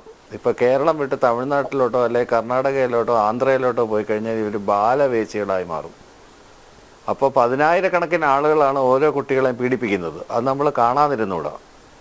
അപ്പോൾ ചൈൽഡ് പ്രോസ്റ്റിറ്റ്യൂഷൻ ധാരാളം ഇത്തരം സംസ്ഥാനങ്ങളിലുണ്ട്. കേരളത്തിൽ അതില്ല. എന്തോ ഭാഗ്യം കൊണ്ട് അത് സംഭവിച്ചിട്ടില്ല. ഇത്തരം പേര് പീഡിപ്പിച്ചെങ്കിൽ പോലും അങ്ങനെ ഒരു കാറ്റഗറി ഇല്ലാത്തതുകൊണ്ട്, അല്ലെങ്കിൽ ഇവരിതിനെ കാറ്റഗറൈസ് ചെയ്തേനെ ഇങ്ങനെ പീഡിപ്പിക്കപ്പെട്ട എല്ലാ ബാലവേശ്യയിൽ പെടുന്ന കുട്ടികളും വേശ്യാവൃത്തിയിൽ ഏർപ്പെടുന്ന കുട്ടികളെല്ലാം ഇത്തരത്തിലുള്ള ഒരു പീഡനമായിരിക്കും അവരുടെ തുടക്കവും. അപ്പോൾ അങ്ങനെ പറയുന്ന ആ പ്രയോഗം തന്നെ തെറ്റാണ്. അത് ഭാഷയ്ക്ക് അങ്ങനെ ഒരു ഭാഷ ഉപയോഗിച്ചുകൂടാ. പക്ഷേ കുട്ടികളെ ഇതിന് വേണ്ടിയിട്ട് ഉപയോഗിക്കുന്ന ഒരു റാക്കറ്റ് തന്നെ പല സംസ്ഥാനങ്ങളിലും ഉണ്ടെന്നുള്ള കാര്യം, അത് സോനാഗച്ചി ആയിക്കോട്ടെ, അതല്ലെങ്കിൽ ഇവിടുത്തെ റെഡ് സ്ട്രീറ്റ് ആയിക്കോട്ടെ, അല്ലെങ്കിൽ വേറെ ഒരുപാട് ഇത്തരത്തിലുള്ള അറിയപ്പെടുന്ന സ്ഥലങ്ങളായിക്കോട്ടെ, അല്ലെങ്കിൽ ഗോവ ആയിക്കോട്ടെ, ഗോവയിലെ മസാജ് പാർലറുകളായിക്കോട്ടെ, തമിഴ്നാട്ടിലെ മസാജ് പാർലറുകളായിക്കോട്ടെ, ഹോട്ടലുകളായിക്കോട്ടെ, ഇവിടെയെല്ലാം ഇത് വളരെ മുമ്പൊക്കെ ഞാൻ ആദ്യം വിചാരിച്ചിരുന്നത് ഇന്ത്യയിൽ ഇതൊന്നും നടക്കില്ലെന്നാണ്. പക്ഷേ എക്സ്റ്റെൻസീവായിട്ട് ട്രാവൽ ചെയ്യാനുള്ള സംഭവം ഉണ്ടായപ്പോഴാണ് ഇതൊക്കെ ഞാൻ കണ്ട് മനസ്സിലാക്കുന്നത്. പോലീസ് സ്റ്റേഷനിൽ വരുന്ന അവരെയാണല്ലോ അറസ്റ്റ് ചെയ്തത്. അതെ, ഇവിടെ ഒരു മസാജ് പാർലറിൻ്റെ അവർ നടപടി എടുക്കുകയുണ്ടായി. അപ്പം ഞാൻ പറഞ്ഞു വന്നത് അവിടെ കുട്ടികളില്ലായിരുന്നു എന്നുള്ളത് വേറൊരു ഭാഗ്യം. അപ്പോൾ ഇതിനകത്ത് പ്രധാനപ്പെട്ടൊരു കാര്യം എനിക്ക് പറയാനുള്ളത്, ഇതുമായിട്ട് ബന്ധപ്പെട്ട് പറയാനുള്ളത്, കൊല്ലം ജില്ലയിലെ ഒരു കാര്യമാണ്. കൊല്ലം റൂറലിൽ എല്ലാ പോലീസ് സ്റ്റേഷനിലും കൗൺസിലർമാർ, സൈക്കോളജിസ്റ്റുകളുടെ സേവനമുണ്ട്. അവർ മാറി മാറി കൊല്ലത്തും ചടയമംഗലത്തും ഈ പോലീസിൻ്റെ ഹെൽപ്പ് അല്ലാതെ ഇപ്പോൾ ഈ CWയുടെ കേസ് സൈക്കോളജിസ്റ്റാണ് വന്നിട്ടാണല്ലോ ഇത് കുട്ടി തുറന്നു പറയുന്നത്. അതുപോലെ സൈക്കോളജിസ്റ്റുകൾ അവർക്ക് വളരെ കുറച്ച് റെമ്യൂണറേഷനാണ് കൊടുക്കുന്നത്. എന്നാൽ പോലും കൃത്യമായിട്ടുള്ള വർക്ക് അവർ ചെയ്യുന്നുണ്ട്. അവർക്ക് തന്നെ ഹാൻഡിൽ ചെയ്യാൻ പറ്റാത്ത അതിൽ പല കുട്ടികളെയും ഞാൻ പഠിപ്പിച്ചതാണ്. ഈ കൗൺസിലേഴ്സായിട്ട് വർക്ക് ചെയ്യുന്ന പല കുട്ടികളെയും ഞാൻ തന്നെ പഠിപ്പിച്ചതാണ്. അവരെന്നെ മിക്കവാറും തിരിച്ചിങ്ങോട്ട് വിളിച്ച് പറയാറുണ്ട്, ഇന്നൊരു കേസുണ്ട് സാറേ, എന്ത് ചെയ്യണം എന്ന് ചോദിച്ച് എന്നെ കൺസൾട്ട് ചെയ്യാറുണ്ട്. അവരൊക്കെ ആയിട്ട് സ്ഥിരമായിട്ട് കോൺടാക്ട് ചെയ്യുകയും ചെയ്യുന്നതാണ്. അപ്പോൾ അങ്ങനെയുള്ളൊരു സമാന്തര സംവിധാനം കൂടെ പോലീസിൻ്റെ ഡിപ്പാർട്ട്മെൻറ്റിനകത്ത് ഇത്തരം ക്രൈമുകൾ റെഫർ ചെയ്യാൻ അവരോട് തുറന്നു പറയും. പോലീസിൻ്റെ ഡ്രസ്സൊക്കെ കാണുമ്പോൾ ചിലപ്പോൾ ഭയന്നിട്ട് കുട്ടികൾ പറയില്ല. ഈ പറഞ്ഞ നേരത്തെ സോയ സാർ മാഡം പറഞ്ഞതുപോലെ ഈ പോലീസിൻ്റെ അടുത്ത് പോലീസ് സ്റ്റേഷനകത്ത് കയറി ഇപ്പോഴും ആളുകൾക്ക് ആ ഭയപ്പാട്, മാതൃക പോലീസ് സ്റ്റേഷൻ ഉണ്ടെന്നൊക്കെ പറഞ്ഞാലും ആ ഡ്രസ്സിനോടുള്ള ഒരു ഭയം, അല്ലെങ്കിൽ അവിടെ ചെന്ന് പറഞ്ഞാൽ എന്തായി തീരും, അല്ലെങ്കിൽ സ്ത്രീകളുടെ ഓടുള്ള സമീപനം എങ്ങനെ ആയിരിക്കും എന്നൊക്കെ നമ്മൾ ഹൈലി പ്രജുഡിസ്ഡ് ആണ്. ചില സ്റ്റേഷനിലൊക്കെ സത്യമാണ് താനും. ഇല്ല, പൂർണ്ണമായിട്ട് ഇവിടുത്തെ പോലീസ് സംവിധാനം എല്ലാം കറക്റ്റാണെന്നൊന്നും ഞാൻ അവകാശപ്പെടുന്നില്ല. പക്ഷേ നല്ല പോലീസ് സ്റ്റേഷനുകളും ഉണ്ട് കേട്ടോ. അങ്ങനെ എല്ലാം അടച്ചാക്ഷേപിക്കാൻ നമുക്ക് പറ്റില്ല. നല്ല പോലീസ് സ്റ്റേഷനുകളുണ്ട്, നല്ല പോലീസുകാരുണ്ട്, എന്നാൽ വളരെ മോശം പോലീസുകാരും ഉണ്ട്. അപ്പോൾ ഇത്തരം മോശം പോലീസുകാർ ഇന്നല്ലെങ്കിൽ നാളെ അവരുടെ പേര് വെളി വരികയും അവർക്കെതിരെ അതിനനുസരിച്ചുള്ള നടപടി എടുക്കുകയും ചെയ്യും. നല്ല പോലീസുകാരനെ എന്നും സമൂഹം വളരെ ബഹുമാനത്തോടു കൂടി കാണുകയും ഒരു പോലീസ് ഫോഴ്സിൻ്റെ നമ്മൾ അപ്രീഷിയേറ്റ് ചെയ്യുകയും ചെയ്യും. ഒരുപാട് നല്ല പോലീസുകാരുണ്ട്, ഒരുപാട് ഈവൻ SI ഒന്നും ആവണ്ട, വളരെ ഹെഡ് കോൺസ്റ്റബിൾ ആയിട്ടുള്ള അല്ലെങ്കിൽ കോൺസ്റ്റബിൾസ് ആയിട്ടുള്ള ആളുകൾ, വളരെ ഹൈലി എഡ്യൂക്കേറ്റഡ് ആയിട്ടുള്ള കുട്ടികളുണ്ട്. അവരൊക്കെ ക്രൈം സോൾവ് ചെയ്യുന്നതിൻ്റെ റേറ്റ് നമ്മൾ നോക്കിക്കഴിഞ്ഞാൽ അവരാണ് മിക്കവാറും കേസസ് ഒക്കെ പ്രൂവ് ചെയ്യുന്നത്. അങ്ങനെ ഹൈലി എഡ്യൂക്കേറ്റഡ് ആയിട്ടുള്ള കുറേയധികം കുട്ടികൾ PG പോസ്റ്റ് ഗ്രാജുവേഷനും അതിന് പുറത്ത് MPhil ഒക്കെ ഉള്ള കുട്ടികൾ കോൺസ്റ്റബിൾസ് ആയിട്ട് വർക്ക് ചെയ്യുന്നുണ്ട്. അവർ ഒരുപാട് പോലീസിനെ സഹായിക്കുന്നുണ്ട്. അവർ രാവും പകലും ഇരുന്ന് വർക്ക് ചെയ്യുന്നുണ്ട്. അവരാരും ലൈം ലൈറ്റ് വരുന്നില്ല എന്നുള്ളതേ ഉള്ളൂ, പക്ഷേ അവരുടെ വർക്ക് കൃത്യമായിട്ട് നടക്കുന്നുണ്ട്, അതിനെ മോണിറ്റർ ചെയ്യുന്നുണ്ട്. എല്ലാം ഫുൾ പ്രൂഫ് ഒന്നുമല്ല. നമ്മളുടെ ഒരു സംവിധാനത്തിനകത്ത് ഒറ്റ ദിവസം കൊണ്ട് അല്ലെങ്കിൽ ഒരു 5 വർഷം കൊണ്ട് അല്ലെങ്കിൽ 10 വർഷം കൊണ്ട് ഈ എൻറ്റയർ സിസ്റ്റത്തിനെ നമുക്ക് പൊളിച്ച് മാറ്റി പുതിയൊരു സിസ്റ്റം കൊണ്ടുവരാൻ, ഈ മർദ്ദനോപാധി എന്നുള്ള രീതി മാറ്റി വേറൊരു സിസ്റ്റം പുനഃസ്ഥാപിക്കുക. എന്നാലും സ്ലോലിയാണ് ഇത്തരം മാറ്റങ്ങൾ വരുന്നത്.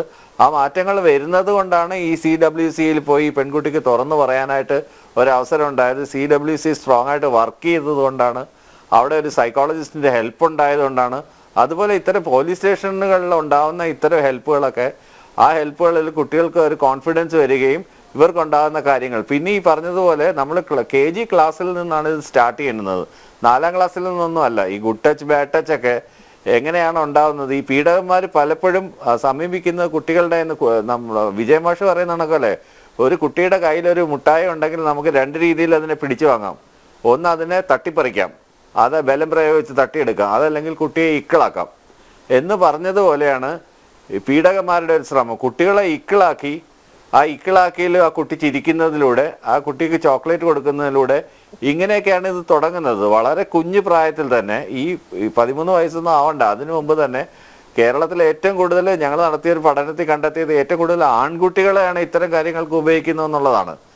അപ്പം ഒരുപാട് പേര്, അത് പ്രത്യേകിച്ചൊരു സ്ഥലമൊന്നുമില്ല, ആൺകുട്ടികളാണ് ഏറ്റവും കൂടുതൽ പീഡനത്തിന് അനുഭവിക്കുന്നത്. ആൺകുട്ടികൾ അത് തുറന്നു പറയുന്നത് അവരുടെ ഒരു മാക്കോ ഇമേജിന് ഇതൊരു നാണക്കേടാവും. നീ ഒരു ആൺകുട്ടിയല്ലേ, നിനക്കൊരു കല്ലെടുത്ത് എറിഞ്ഞിടായിരുന്നോ, നിനക്കൊരു കമ്പെടുത്ത് എറിഞ്ഞ് ഓടി രക്ഷപ്പെട്ടുവിടായിരുന്നോ, അവൻ്റെ മൂക്കിനിട്ടൊരു ഇടി കൊടുത്തുവിടായിരുന്നോ എന്നൊക്കെയുള്ളൊരു ചോദ്യമാണ് സമൂഹം ചോദിക്കുന്നത്. അതുകൊണ്ട് തന്നെ പിന്നെ അത്തരം ആക്ട് ചെയ്യുമ്പോഴത്തേക്ക് അവർക്ക് പ്രകടമായ രീതിയിൽ ഇറക്ഷൻസ് ഉണ്ടാവാറുണ്ട്. അതുകൊണ്ട് അവരും ഈ കുറ്റത്തിൻ്റെ ഭാഗമാണെന്ന് അവർ സ്വയം കരുതുകയും ചെയ്യും. ഇങ്ങനെ 2-3 കാര്യങ്ങളുണ്ട്. അപ്പോൾ അങ്ങനെ ആൺകുട്ടികളുടെ മനസ്സും അവരുടെ ജീവിതവും ഇതുപോലെ താറുമാറാക്കി കളയും. ഒന്നുകിൽ അവർ ആൽക്കഹോളിസം, അല്ലെങ്കിൽ ഡ്രഗ് അബ്യൂസ്, അല്ലെങ്കിൽ ഈ family issues, marital schism, marital skew, അല്ലെങ്കിൽ ജെൻഡർ ഐഡൻറ്റിറ്റി ഡിസോർഡർ, ഇങ്ങനെയൊക്കെ പറഞ്ഞ കണ്ടീഷൻസിൽ തിരിച്ചു പോകുന്ന മിക്കവാറും ഉള്ള കുട്ടികളുടെ കേസ് നമ്മൾ തപ്പി അവർ സൈക്കോതെറാപ്പിയൊക്കെ ചെയ്യുമ്പോഴാണ് നമ്മൾ മനസ്സിലാക്കുന്നത് ദേ അണ്ടർവെന്റ് എ ലോട്ട് ഓഫ് ഈ പറഞ്ഞ പോലെ sexual abuse during there childhood എന്ന് മനസ്സിലാക്കുന്നത്. അത് പലപ്പോഴും അമ്മാവൻ, അപ്പൂപ്പൻ, അയൽ വീട്ടുകാരൻ, അങ്ങനെയുള്ള ഏറ്റവും അടുത്ത ആളുകളാണ് ഇവരെ ഇതെല്ലാം ചെയ്യുന്നത് എന്ന് നമ്മൾ മനസ്സിലാക്കുന്നത്. അതും കൂടെ ഇതിൻ്റെ കൂടെ നമ്മൾ ഇരുന്നൂടെ. ഇതുപോലെ ഒരുപാട് കുട്ടികളെ, ഒരുപാട് മുമ്പ് തൊഴിലിടങ്ങളിൽ മാത്രമായിരുന്നു ബാലവേല ചെയ്യുന്ന കുട്ടികളെ മാത്രമായിരുന്നു ചെയ്തുകൊണ്ടിരുന്നത്. പോക്സോ കേസുകളിൽ വലിയ ശിക്ഷ തന്നെ കോടതി കൊടുക്കുന്നുണ്ട്. അത് വളരെ പോസിറ്റീവായിട്ട് കാണേണ്ടതാണ്. പോക്സോ കേസിലല്ലേ 100 വർഷം 115 വർഷം എന്നൊക്കെയാണ് ശിക്ഷ കാണുന്നത്, ശിക്ഷ വരുന്നതും അങ്ങനെയാണ്. എന്നിട്ട് പരോളിൽ ഇറങ്ങിയിട്ടാണ് ഒരുത്തൻ ഇവിടെ നിന്ന് ഒരു നാടോടി ബാലിക അടിച്ചോണ്ട് പോകാൻ ശ്രമിച്ചത്. നമ്പ്യാർ സാറിന് ഓർമ്മയുണ്ടാവും. അതെ. ആ, അതില് പരോളിൽ ഇറങ്ങിയ ഒരുത്തനാണ് ഇവിടെ വന്ന് പാലത്തിന്റെ അടിയിൽ നിന്ന് കുട്ടി അടിച്ചോണ്ട് പോകാൻ ശ്രമിച്ചത്. ആ റെയിൽവേ ട്രാക്കിന്റെ അടുത്ത് മറ്റേ ഇതിന്റെ അല്ല, അതൊക്കെ പിന്നെ മാനസിക രോഗികളാണ്. ഡോക്ടർ ജയരാജ്, താങ്കൾക്ക് അതേക്കുറിച്ച് നന്നായിട്ട് അറിയാം. അവരെയൊക്കെ മാനസിക രോഗികൾ എന്ന കാറ്റഗറിയിലാണ് പെടുത്തേണ്ടത്. Paedophilia is a mental disorder. അതെ, അങ്ങനെയുള്ളവർ രോഗം തന്നെയാണ്. ഞാൻ പറഞ്ഞത് ഇതൊക്കെ ഒരു സാഹചര്യം കിട്ടുമ്പോൾ അതിലേക്ക് എടുത്ത് ചാടുന്നവരാണ്. ഇപ്പോൾ മെന്റൽ ഡിസോർഡേഴ്സിനകത്ത് ഇതൊരു മാനസിക രോഗം തന്നെയാണ്. പക്ഷേ മാനസിക രോഗമാണെന്ന് പറഞ്ഞിട്ട് മാനസിക രോഗമാണ് എന്നാൽ ഞങ്ങളെ എക്സ്ക്യൂസ് ചെയ്യണമെന്നുള്ള ഓപ്ഷൻസ് അവർക്ക് എടുക്കാൻ പറ്റുകയില്ല. അതെ, ഇത് സാധാരണ മാനസിക രോഗിയാണ്, മാനസിക രോഗിക്ക് എന്ത് ചെയ്താലും ഇവരെ വെറുതെ വിടണം. പക്ഷെ അങ്ങനെയല്ല. പീഡോഫീലിയ ഒരു മാനസിക വൈകല്യമാണ്, മാനസിക രോഗം തന്നെയാണ്. പക്ഷെ അതും പറഞ്ഞ് മറ്റ് സൈക്കാട്രിക് ഡിസോർഡർ ഉള്ളവനെ പോലെ എസ്കേപ്പ് ചെയ്യാനൊന്നും പറ്റില്ല, അവന് ശിക്ഷ അനുഭവിച്ചേ പറ്റൂ. ഓക്കെ, അതാണ് അതിനകത്തുള്ള ഒരു വൈരുദ്ധ്യം. ഡോക്ടർ സോയ, ഇപ്പോൾ ലാക്ക് ഓഫ് സെക്സ് എഡ്യൂക്കേഷൻ, അതിനെക്കുറിച്ച് നേരത്തെ ഇവിടെ പരാമർശമുണ്ടായി. ഇപ്പോൾ നോക്കൂ, എനിക്ക് തോന്നുന്നില്ല നമ്മുടെ കുട്ടികൾക്കൊക്കെ സെക്സ് എഡ്യൂക്കേഷൻ അത് ക്ലാസ് മുറികളിലൂടെ കൊടുക്കണമെന്ന് എനിക്ക് തോന്നുന്നില്ല. കാരണം എല്ലാം ഒരു വിരൽത്തുമ്പിൽ ഉണ്ട്, അല്ലേ? അവർക്ക് ഇതുമായി ബന്ധപ്പെട്ട എല്ലാ വിവരങ്ങളും അവർക്ക് കിട്ടുന്നുണ്ട്. ഇത് ഈ ലൈംഗിക വിദ്യാഭ്യാസത്തിൻ്റെ അപര്യാപ്തത കൊണ്ടാണ് എന്ന് ഞാൻ കരുതുന്നില്ല. മറിച്ച് ഇത് ഒരു കുട്ടിയുടെ ബലഹീനതയെ ചൂഷണം ചെയ്യുന്നു. അതിപ്പം നേരത്തെ ആൺസുഹൃത്ത്, ആ ആൺസുഹൃത്ത് പിന്നെ ദൃശ്യങ്ങൾ എടുത്തു വെക്കുന്നു, അത് സുഹൃത്തുക്കളെ കാണിക്കുന്നു, അവർ കൂട്ടമായി റേപ്പ് ചെയ്യുന്നു. അത് അങ്ങനെയുള്ള ഒരു അവസരം ലഭിക്കുമ്പോൾ അതിലേക്ക് എടുത്ത് ചാടുന്ന കുറേ പേർ. മാത്രമല്ല, ഒരുപക്ഷെ ഇതിന് പിന്നിൽ കച്ചവടവും നടന്നിട്ടുണ്ടാവും, ഇതൊക്കെ പണം വാങ്ങി ചെയ്തിട്ടുണ്ടാവും. അതിനുള്ള സാധ്യതയും തള്ളിക്കളയാൻ പറ്റില്ല. അപ്പോൾ ഇത്തരത്തിൽ പെൺകുട്ടികൾ ചൂഷണം ചെയ്യപ്പെടുന്നത് തടയാൻ എന്ത് ചെയ്യണം? ഇപ്പോൾ 13ാമത്തെ വയസ്സിൽ ചൂഷണം ചെയ്യപ്പെട്ടു, ആൺ സുഹൃത്തിനാൽ ചൂഷണം ചെയ്യപ്പെട്ടു. അന്ന് ആ കുട്ടി അത് കൃത്യമായിട്ട് അത് രക്ഷിതാക്കളോട് പറഞ്ഞിട്ടുണ്ടെങ്കിൽ ഇതെല്ലാം ഒഴിവാക്കാമായിരുന്നു, അല്ലേ?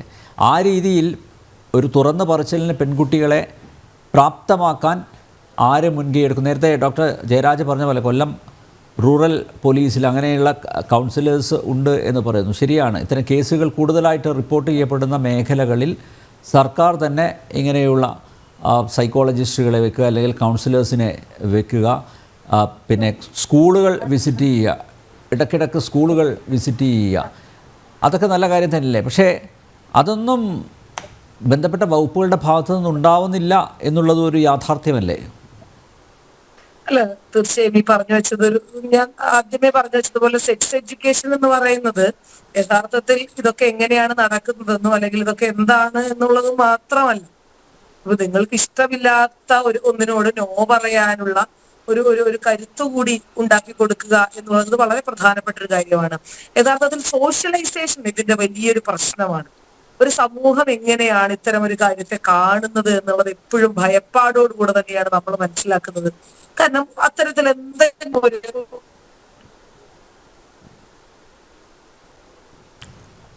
ഡോക്ടർ സോയ ഒന്ന് അൺമ്യൂട്ട് ചെയ്യണം പ്ലീസ്. ഡോക്ടർ സോയ തുടരാം. അല്ല, ഞാൻ നേരത്തെ പറഞ്ഞു വെച്ചത് ഈ സോഷ്യലൈസേഷൻ വളരെ അപകടം പിടിച്ച ഒന്നാണ്. കാരണം ഇത്തരത്തിലൊരു അനുഭവം ഞാൻ വലിയ രീതിയിലുള്ള ഒരു റേപ്പ് അറ്റംപ്റ്റ് എന്നൊന്നും അല്ല പറയുന്നത്. ഏതെങ്കിലും ചെറിയ തരത്തിലുള്ള ഒരു മോശപ്പെട്ട ഒരു അനുഭവം ഉണ്ടായ ഒരു പെൺകുട്ടിയോട്, ഒരു വിദ്യാർത്ഥിനിയോട് അവൾക്ക് ചുറ്റുമുള്ള സമൂഹം പെരുമാറുന്നത് വളരെ മോശപ്പെട്ട ഒരു രീതിയിലാണ്. അത് പലപ്പോഴും ഇത്തരം കാര്യങ്ങൾ തുറന്നു പറയുന്നതിൽ നിന്ന് വലിയ വിമുഖത കുട്ടികളിൽ ഉണ്ടാക്കും. കാരണം ഞാൻ ആദ്യമേ പറഞ്ഞു വെച്ചതുപോലെ അത് പോലീസ് സ്റ്റേഷനിലോ അല്ലെങ്കിൽ മറ്റിടങ്ങളിലോ മാത്രമല്ല, നിങ്ങളുടെ ചുറ്റുമുള്ള ഏറ്റവും അടുത്ത് നിൽക്കുന്ന സമൂഹത്തോട് പോലും അത് പറഞ്ഞു വെക്കാനുള്ള ഒരു ധൈര്യമില്ലായ്മ നിങ്ങളുടെ ഉള്ളിലുണ്ട്. അപ്പൊ ഈ സെക്സ് എഡ്യൂക്കേഷൻ എന്നും അല്ലെങ്കിൽ പെൺകുട്ടികൾക്ക് വേണ്ടിയുള്ള ക്ലാസ്സുകളെന്നും ആൺകുട്ടികൾക്ക് വേണ്ടിയുള്ള ക്ലാസ്സുകളെന്നും ഒക്കെ പറഞ്ഞു വെക്കുമ്പോൾ യഥാർത്ഥത്തിൽ ഇഷ്ടമില്ലാത്തതിനോട് നോ പറയാനുള്ള കരുത്തുകൂടി വളരെ പ്രധാനപ്പെട്ടതാണ് എന്ന് പറഞ്ഞു കൊടുക്കണം. ഇപ്പൊ നമ്മൾ ഈ പറയുമ്പോഴൊക്കെ പെൺകുട്ടികളുടെ ക്ലാസ്സിനെ പറ്റിയും പെൺകുട്ടികൾക്ക് കൊടുക്കുന്ന പിന്നെ മോറൽ ടീച്ചിങ്ങിനെ പറ്റിയും ഒക്കെയാണ് എപ്പോഴും പറഞ്ഞു വെക്കുന്നത്. യഥാർത്ഥത്തിൽ എന്തൊക്കെ ചെയ്യരുതെന്ന് ആദ്യം പഠിപ്പിച്ചു കൊടുക്കേണ്ടത് ആൺകുട്ടികളെ കൂടിയാണ്. യഥാർത്ഥത്തിൽ ഇവിടെ ആരാണ് പ്രതികൾ അല്ലെങ്കിൽ ആരാണ് പിന്നെ ഈ ക്രൈമിൽ ഏറ്റവും കൂടുതൽ പ്രതികളായിരിക്കുന്ന ആളുകളെന്ന് ചോദിച്ചു കഴിഞ്ഞാൽ ഇവിടുത്തെ പുരുഷ സമൂഹം തന്നെയാണ്.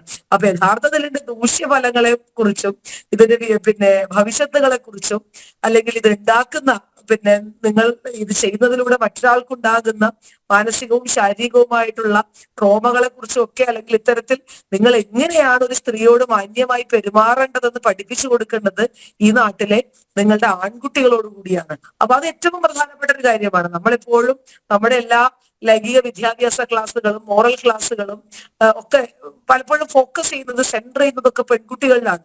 അപ്പൊ ആ പെൺകുട്ടികൾക്കല്ല, അല്ലെങ്കിൽ അവരോടല്ല ഇത് പറഞ്ഞ് മനസ്സിലാക്കേണ്ടതെന്ന് ഏറ്റവും പ്രധാനപ്പെട്ട ഒരു കാര്യമാണ്. അപ്പൊ അത്തരത്തിലൊരു തുറന്ന സമീപനം ഉണ്ടാകുക എന്നുള്ളത് ഏറ്റവും പ്രധാനപ്പെട്ട ഒരു കാര്യമാണ്. ഇത് പറഞ്ഞു കഴിഞ്ഞാൽ ഇത് അക്സെപ്റ്റ് ചെയ്യപ്പെടും, അല്ലെങ്കിൽ ഇത് പറഞ്ഞു കഴിഞ്ഞാൽ എന്നെ കേൾക്കാനും അംഗീകരിക്കാനും ഇത് മനസ്സിലാക്കാനും ഒരു പോസിറ്റീവായ സമീപനത്തോടു കൂടെ ഇതിനെ കാണാനും, അല്ലെങ്കിൽ ഇതിൽ ഞാൻ കുറ്റക്കാരിയല്ല എന്ന് മനസ്സിലാക്കാനും ഒക്കെ പറ്റുന്ന ഒരു സമൂഹം, അല്ലെങ്കിൽ ഞാനിതിൽ ട്രാപ്പ് ചെയ്യപ്പെട്ടിരിക്കുന്നു എന്നെങ്കിലും കുറഞ്ഞ പക്ഷം കരുതാനുള്ള മാനസികാവസ്ഥയുള്ള മനുഷ്യർ എനിക്ക് ചുറ്റുമുണ്ട് എന്നുള്ള ധൈര്യമാണ് ആദ്യം ഈ പെൺകുട്ടികൾക്ക് കൊടുക്കേണ്ടത്. അത് ഉണ്ടാകുന്നില്ല എന്നുള്ളതാണ് ഏറ്റവും നിർഭാഗ്യവശാൽ നമുക്ക് മനസ്സിലാക്കാൻ കഴിയുന്ന ഒരു കാര്യം. അപ്പൊ ഇത്തരത്തിൽ അതിന്റെ ഒരു വശമായി നിൽക്കുമ്പോഴും ഈ പറഞ്ഞതുപോലെ പോലീസ് അന്വേഷണവുമായി ബന്ധപ്പെട്ട ചില കാര്യങ്ങൾ നേരത്തെ ജോർജ് ജോസഫ് സാർ പറഞ്ഞതുപോലെ പിന്നെ ഈ വാളയാർ കേസിൽ ഉൾപ്പെടെയുള്ള കാര്യങ്ങൾ, കാരണം നമുക്ക് ഇപ്പൊ നേരത്തെ ആലുവയിൽ ഒരു അന്യസംസ്ഥാന തൊഴിലാളി ഒരു പെൺകുട്ടിയെ പീഡിച്ചപ്പോൾ നമ്മൾ എത്ര ത്വരിതഗതിയിലാണ് പ്രവർത്തിച്ചതെന്ന് നമ്മൾ കണ്ടു. അപ്പൊ ഒരു പ്രതിക്ക് ജാതിയും മതവും രാഷ്ട്രീയവും ഉണ്ടാകുമ്പോൾ ആ കേസ് എങ്ങനെയാണ് ഇഴഞ്ഞു നീങ്ങുന്നതെന്ന് മനസ്സിലാക്കാൻ വാളയാറും വണ്ടിപ്പെരിയാറും മാത്രം നമുക്ക് ഉദാഹരണം പറഞ്ഞു. സർക്കാർ എപ്പോഴും പറഞ്ഞു വെക്കുന്ന ഒരു കാര്യമാണ്, ആലുവയിൽ അന്യസംസ്ഥാന തൊഴിലാളികൾ പെൺകുട്ടിയെ പീഡിപ്പിച്ചപ്പോൾ ദിവസങ്ങൾക്കുള്ളിൽ അയാൾക്ക് ശിക്ഷ വാങ്ങിച്ചു കൊടുത്തൊരു സംവിധാനം ഇവിടെ ഉണ്ട് എന്ന് നിരന്തരം ഇടതുപക്ഷ ഹാൻഡിലുകൾ നിരന്തരം ആഘോഷിക്കുന്ന ഒരു കാര്യമാണ്. അപ്പൊ അതിൽ നിന്നൊരു കാര്യം കൂടെ മനസ്സിലാക്കണം. അപ്പൊ പ്രതിക്കുണ്ടാകുന്ന മറ്റ് അഫിലിയേഷൻസ് പലപ്പോഴും ഈ കേസിനെ, അല്ലെങ്കിൽ ആ കേസിന്റെ പ്രോസസ്സിങ്ങിനെ ബാധിക്കുന്നു എന്നുള്ളത് നമ്മൾ മനസ്സിലാക്കാൻ കഴിയുന്ന ഒരു കാര്യമാണ്. അപ്പൊ അത്തരത്തിൽ പ്രതികളുടെ രാഷ്ട്രീയവും മതവും ജാതിയും നിങ്ങൾക്കുണ്ടാകുന്ന ഉന്നത ബന്ധവും ഉന്നത കുല ജാതിയും ഒന്നും നോക്കാതെ ഇത്തരം കേസുകളിൽ വളരെ കൃത്യമായിട്ടുള്ള നടപടിയെടുക്കാൻ പോലീസിന് കഴിയും എന്ന് കാണിച്ചു തന്നൊരു കേസാണ് ആലുവയിലെ കേസ്. പക്ഷേ അത് മറ്റു പല കാര്യങ്ങളിലും നടപ്പിലാകുന്നില്ല എന്നുള്ളത് നിർഭാഗ്യകരമായിട്ടുള്ള ഒരു കാര്യമായിട്ടാണ് നമ്മൾ മനസ്സിലാക്കേണ്ടത്. പിന്നെ അതുപോലെ തന്നെ ഇന്നലെ നേരത്തെ ജോർജ് സാറ് ബോച്ചയുമായി ബന്ധപ്പെട്ട കാര്യം പറഞ്ഞതുകൊണ്ട് ഞാൻ അക്കാര്യം കൂടി ഒന്ന് പരാമർശിക്കുന്നു. കാരണം കേരളത്തിലെ ഇടതുപക്ഷ ഹാൻഡിലുകളിൽ നിന്ന് കേരളത്തിൽ പിണറായി വിജയനും പോലീസും ഒക്കെ വലിയ സ്ത്രീ സംരക്ഷകരുടെ ആളുകളായി അവതരിപ്പിക്കപ്പെട്ടു എന്നൊക്കെയുള്ള വലിയ കൊട്ടിഘോഷിക്കലാണ്. ഞാനിതിനൊന്നും ആ ഒരു കേസിന്റെ മെറിറ്റിനെയോ അല്ലെങ്കിൽ ആ കേസ് ഉണ്ടാക്കിയ പോസിറ്റിവിറ്റി ഒന്നും കുറഞ്ഞു കാണുകയല്ല. അത്തരം പ്രയോഗങ്ങൾക്ക് വലിയ കടിഞ്ഞാണ് തരത്തിൽ കോടതി അല്ലെങ്കിൽ പോലീസൊക്കെ അനുകൂലമായ ഒരു കാര്യം ചെയ്ത് വളരെ പോസിറ്റീവായിട്ടാണ് ഞാൻ അതിനെ മനസ്സിലാക്കുന്നു. പക്ഷേ അത്തരം പ്രിവിലേജ് ഉള്ള സ്ത്രീകൾക്ക് മാത്രമല്ല, ഹണി റോസിന് മുഖ്യമന്ത്രിയെ കാണാനും വിളിക്കാനും ഇടപെടാനും ഒക്കെ പ്രിവിലേജ് ഉണ്ട്. അത്തരം പ്രിവിലേജ് ഇല്ലാത്ത സ്ത്രീകളിലേക്കും, അത്തരം മുഖ്യമന്ത്രി നേരിട്ട് വിളിക്കാത്ത സ്ത്രീകളിലേക്കും, മുഖ്യമന്ത്രിയെ നേരിട്ട് വിളിക്കാൻ കഴിയാത്ത സ്ത്രീകളിലേക്കും ഈ രാജ്യത്ത് നീതി കിട്ടണം. ഈ രാജ്യത്ത് അവർക്കും ന്യായവും നീതിയും നിയമ സംവിധാനവും ഉണ്ടാകേണ്ടതുണ്ട്.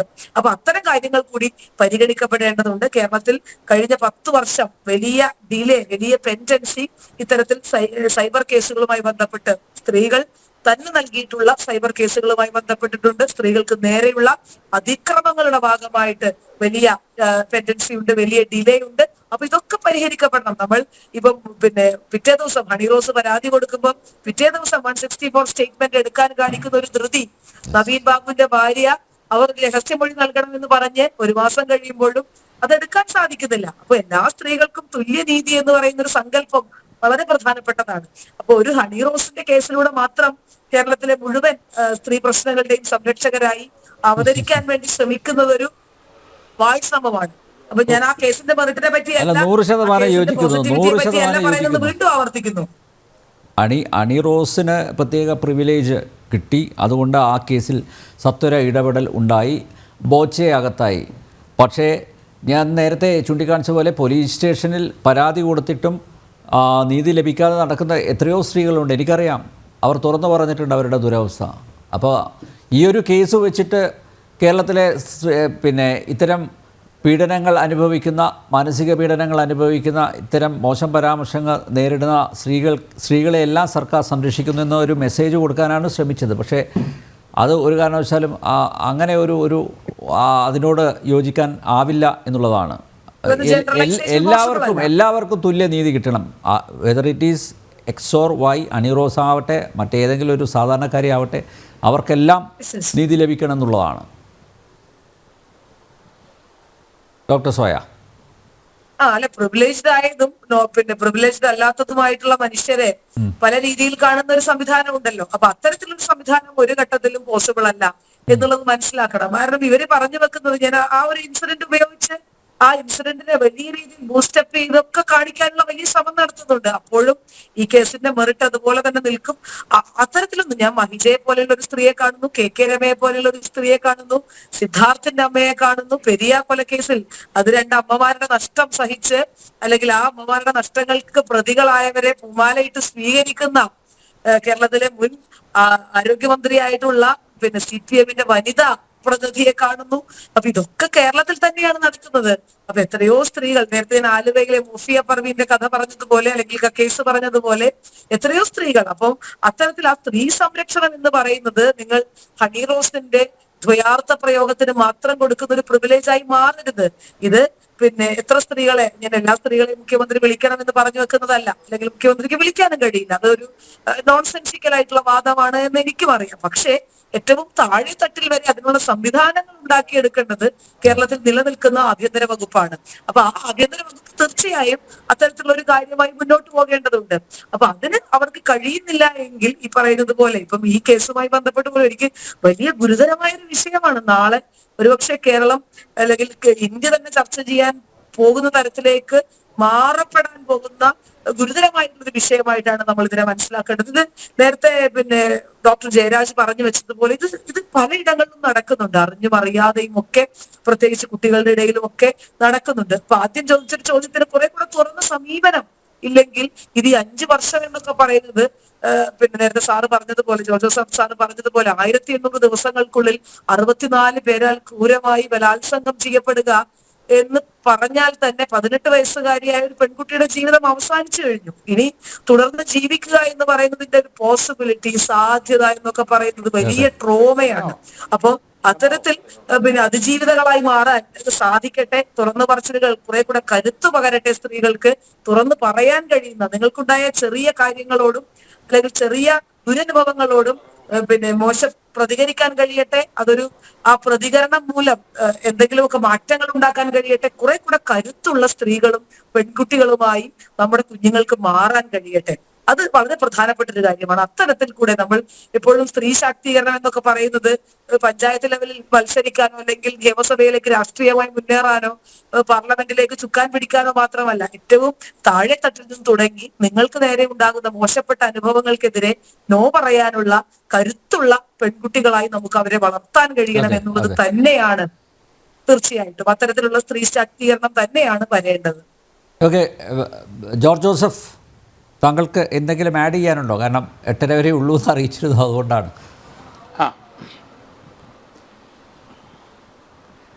അല്ല, ഞാൻ 8:30 വരെ ഉള്ളൂ. കാരണം ഞാൻ ഒരു കാര്യം, ഞാൻ കൽക്കട്ടയിലും ബോംബെയിലും ഒക്കെ പോയിട്ട് ഈ ചൈൽഡ് പ്രോസ്റ്റിറ്റ്യൂഷൻ ഇന്ത്യയിൽ വളരെ ഇന്നും നിലനിൽക്കുന്ന, ഗോവയിലായാലും ശരി, അത് ബോംബെയിലായാലും ശരി, കൽക്കട്ടയിലായാലും ശരി, തമിഴ്നാട്ടിലും ആന്ധ്രാപ്രദേശ് എല്ലാം ഉണ്ട്. പക്ഷേ അത് കേരളത്തിൽ നിന്നത് തീർച്ചയായിട്ടും നമ്മുടെ വിദ്യാഭ്യാസ നിലവാരത്തിൽ നമ്മുടെ ഉയർച്ച തന്നെയാണ്. കേരളത്തിൽ അങ്ങനെയൊന്നും നടക്കത്തില്ല. പക്ഷേ ഇതുപോലെയുള്ള ചില പ്രശ്നങ്ങൾ നമ്മളിപ്പോഴും ഇവിടെ റിപ്പീറ്റ് ചെയ്യുന്നുണ്ടെന്നല്ലാതെ നമ്മൾ ഇന്ത്യ മുഴുവൻ നമ്മൾ സംസാരിച്ച് നോക്കിക്കോളൂ. കേരളത്തിൻ്റെ അവസ്ഥ വളരെ ഹയറാണ്. നമ്മളത് അപ്രീഷിയേറ്റ്, ഇവിടെയുള്ള ജനങ്ങളെല്ലാം ആ കാര്യത്തിൽ വളരെ എഡ്യൂക്കേറ്റഡാണ്. സമൂഹം നന്നായിട്ട് മാറിയൊരു സംസ്ഥാനമാണ് നമ്മൾ. അതുകൊണ്ട് ഇപ്പോൾ അതുപോലെ ഡോക്ടർ സോയ തന്നെ പല കാര്യങ്ങളും ഇപ്പം പറഞ്ഞത്, പോലീസിലൊക്കെ ധാരാളം ആൾക്കാർ ഹൈലി എഡ്യൂക്കേറ്റഡ്. ഞാൻ ക്ലാസ് എടുക്കുമ്പോഴൊക്കെ പോലീസുകാർ എംടെക്കുകാരും ബിടെക്കുകാരും ഹൈലി ക്വാളിഫൈഡ് ആൾക്കാർ ജോലി കിട്ടാതെ അതുങ്ങൾ ഇവിടെ സിവിൽ പോലീസ് ഓഫീസറായിട്ട് കയറിയിട്ടുണ്ട്. ഇവരെ നമുക്ക് യൂസ് ചെയ്യാൻ പറ്റും. കാരണം സൈക്കോളജിസ്റ്റായിട്ട് ഇപ്പോൾ ഒരു പോലീസിന് വലിയ ബാധ്യതയാണ് ഇവരെയൊക്കെ അപ്പോയിൻറ്റ് ചെയ്യാനും സാമ്പത്തിക പ്രശ്നമൊക്കെ ഉണ്ടാവും. ഈ പോലീസിൽ തന്നെ ആൾക്കാരുണ്ട്, വനിതാ SI-മാരുണ്ട്, നല്ല വനിതാ പോലീസുകാരുണ്ട്, ഹൈലി ക്വാളിഫൈഡ് ആണ്. ഇവരെ നമുക്ക് ഒരു ട്രെയിനിങ് കൊടുത്ത് സൈക്കോളജിസ്റ്റായിട്ടോ എല്ലാ പോലീസ് സ്റ്റേഷനിലും ഒരാളെ മസ്റ്റായിട്ടും വേണം. കാരണം പല കാര്യങ്ങളും അവിടെ ഇഗ്നോർ ചെയ്ത് പോകുന്നുണ്ട്. ഇങ്ങനത്തെ കേസ് വന്നു കഴിഞ്ഞാൽ അവർ തീർച്ചയായിട്ടും ആ പെൺകുട്ടികളെ, അങ്ങനെ വരുന്ന കുട്ടികളുമായിട്ട് ഇൻറ്ററാക്ട് ചെയ്തൊരു കോൺഫിഡൻസ് കൊടുത്ത് ഇതുപോലെ നമുക്കത് വളരെയധികം കേസുകൾ നമുക്ക് ഇതുപോലെ വന്നെങ്കിൽ മാത്രമേ നമുക്കിത് പ്രിവെൻറ്റ് ചെയ്യാൻ പറ്റുള്ളൂ. അതുകൊണ്ട് ആ കാര്യത്തിൽ പോലീസ് ശ്രദ്ധിക്കണം, ആഭ്യന്തര വകുപ്പ് ശ്രദ്ധിക്കണം.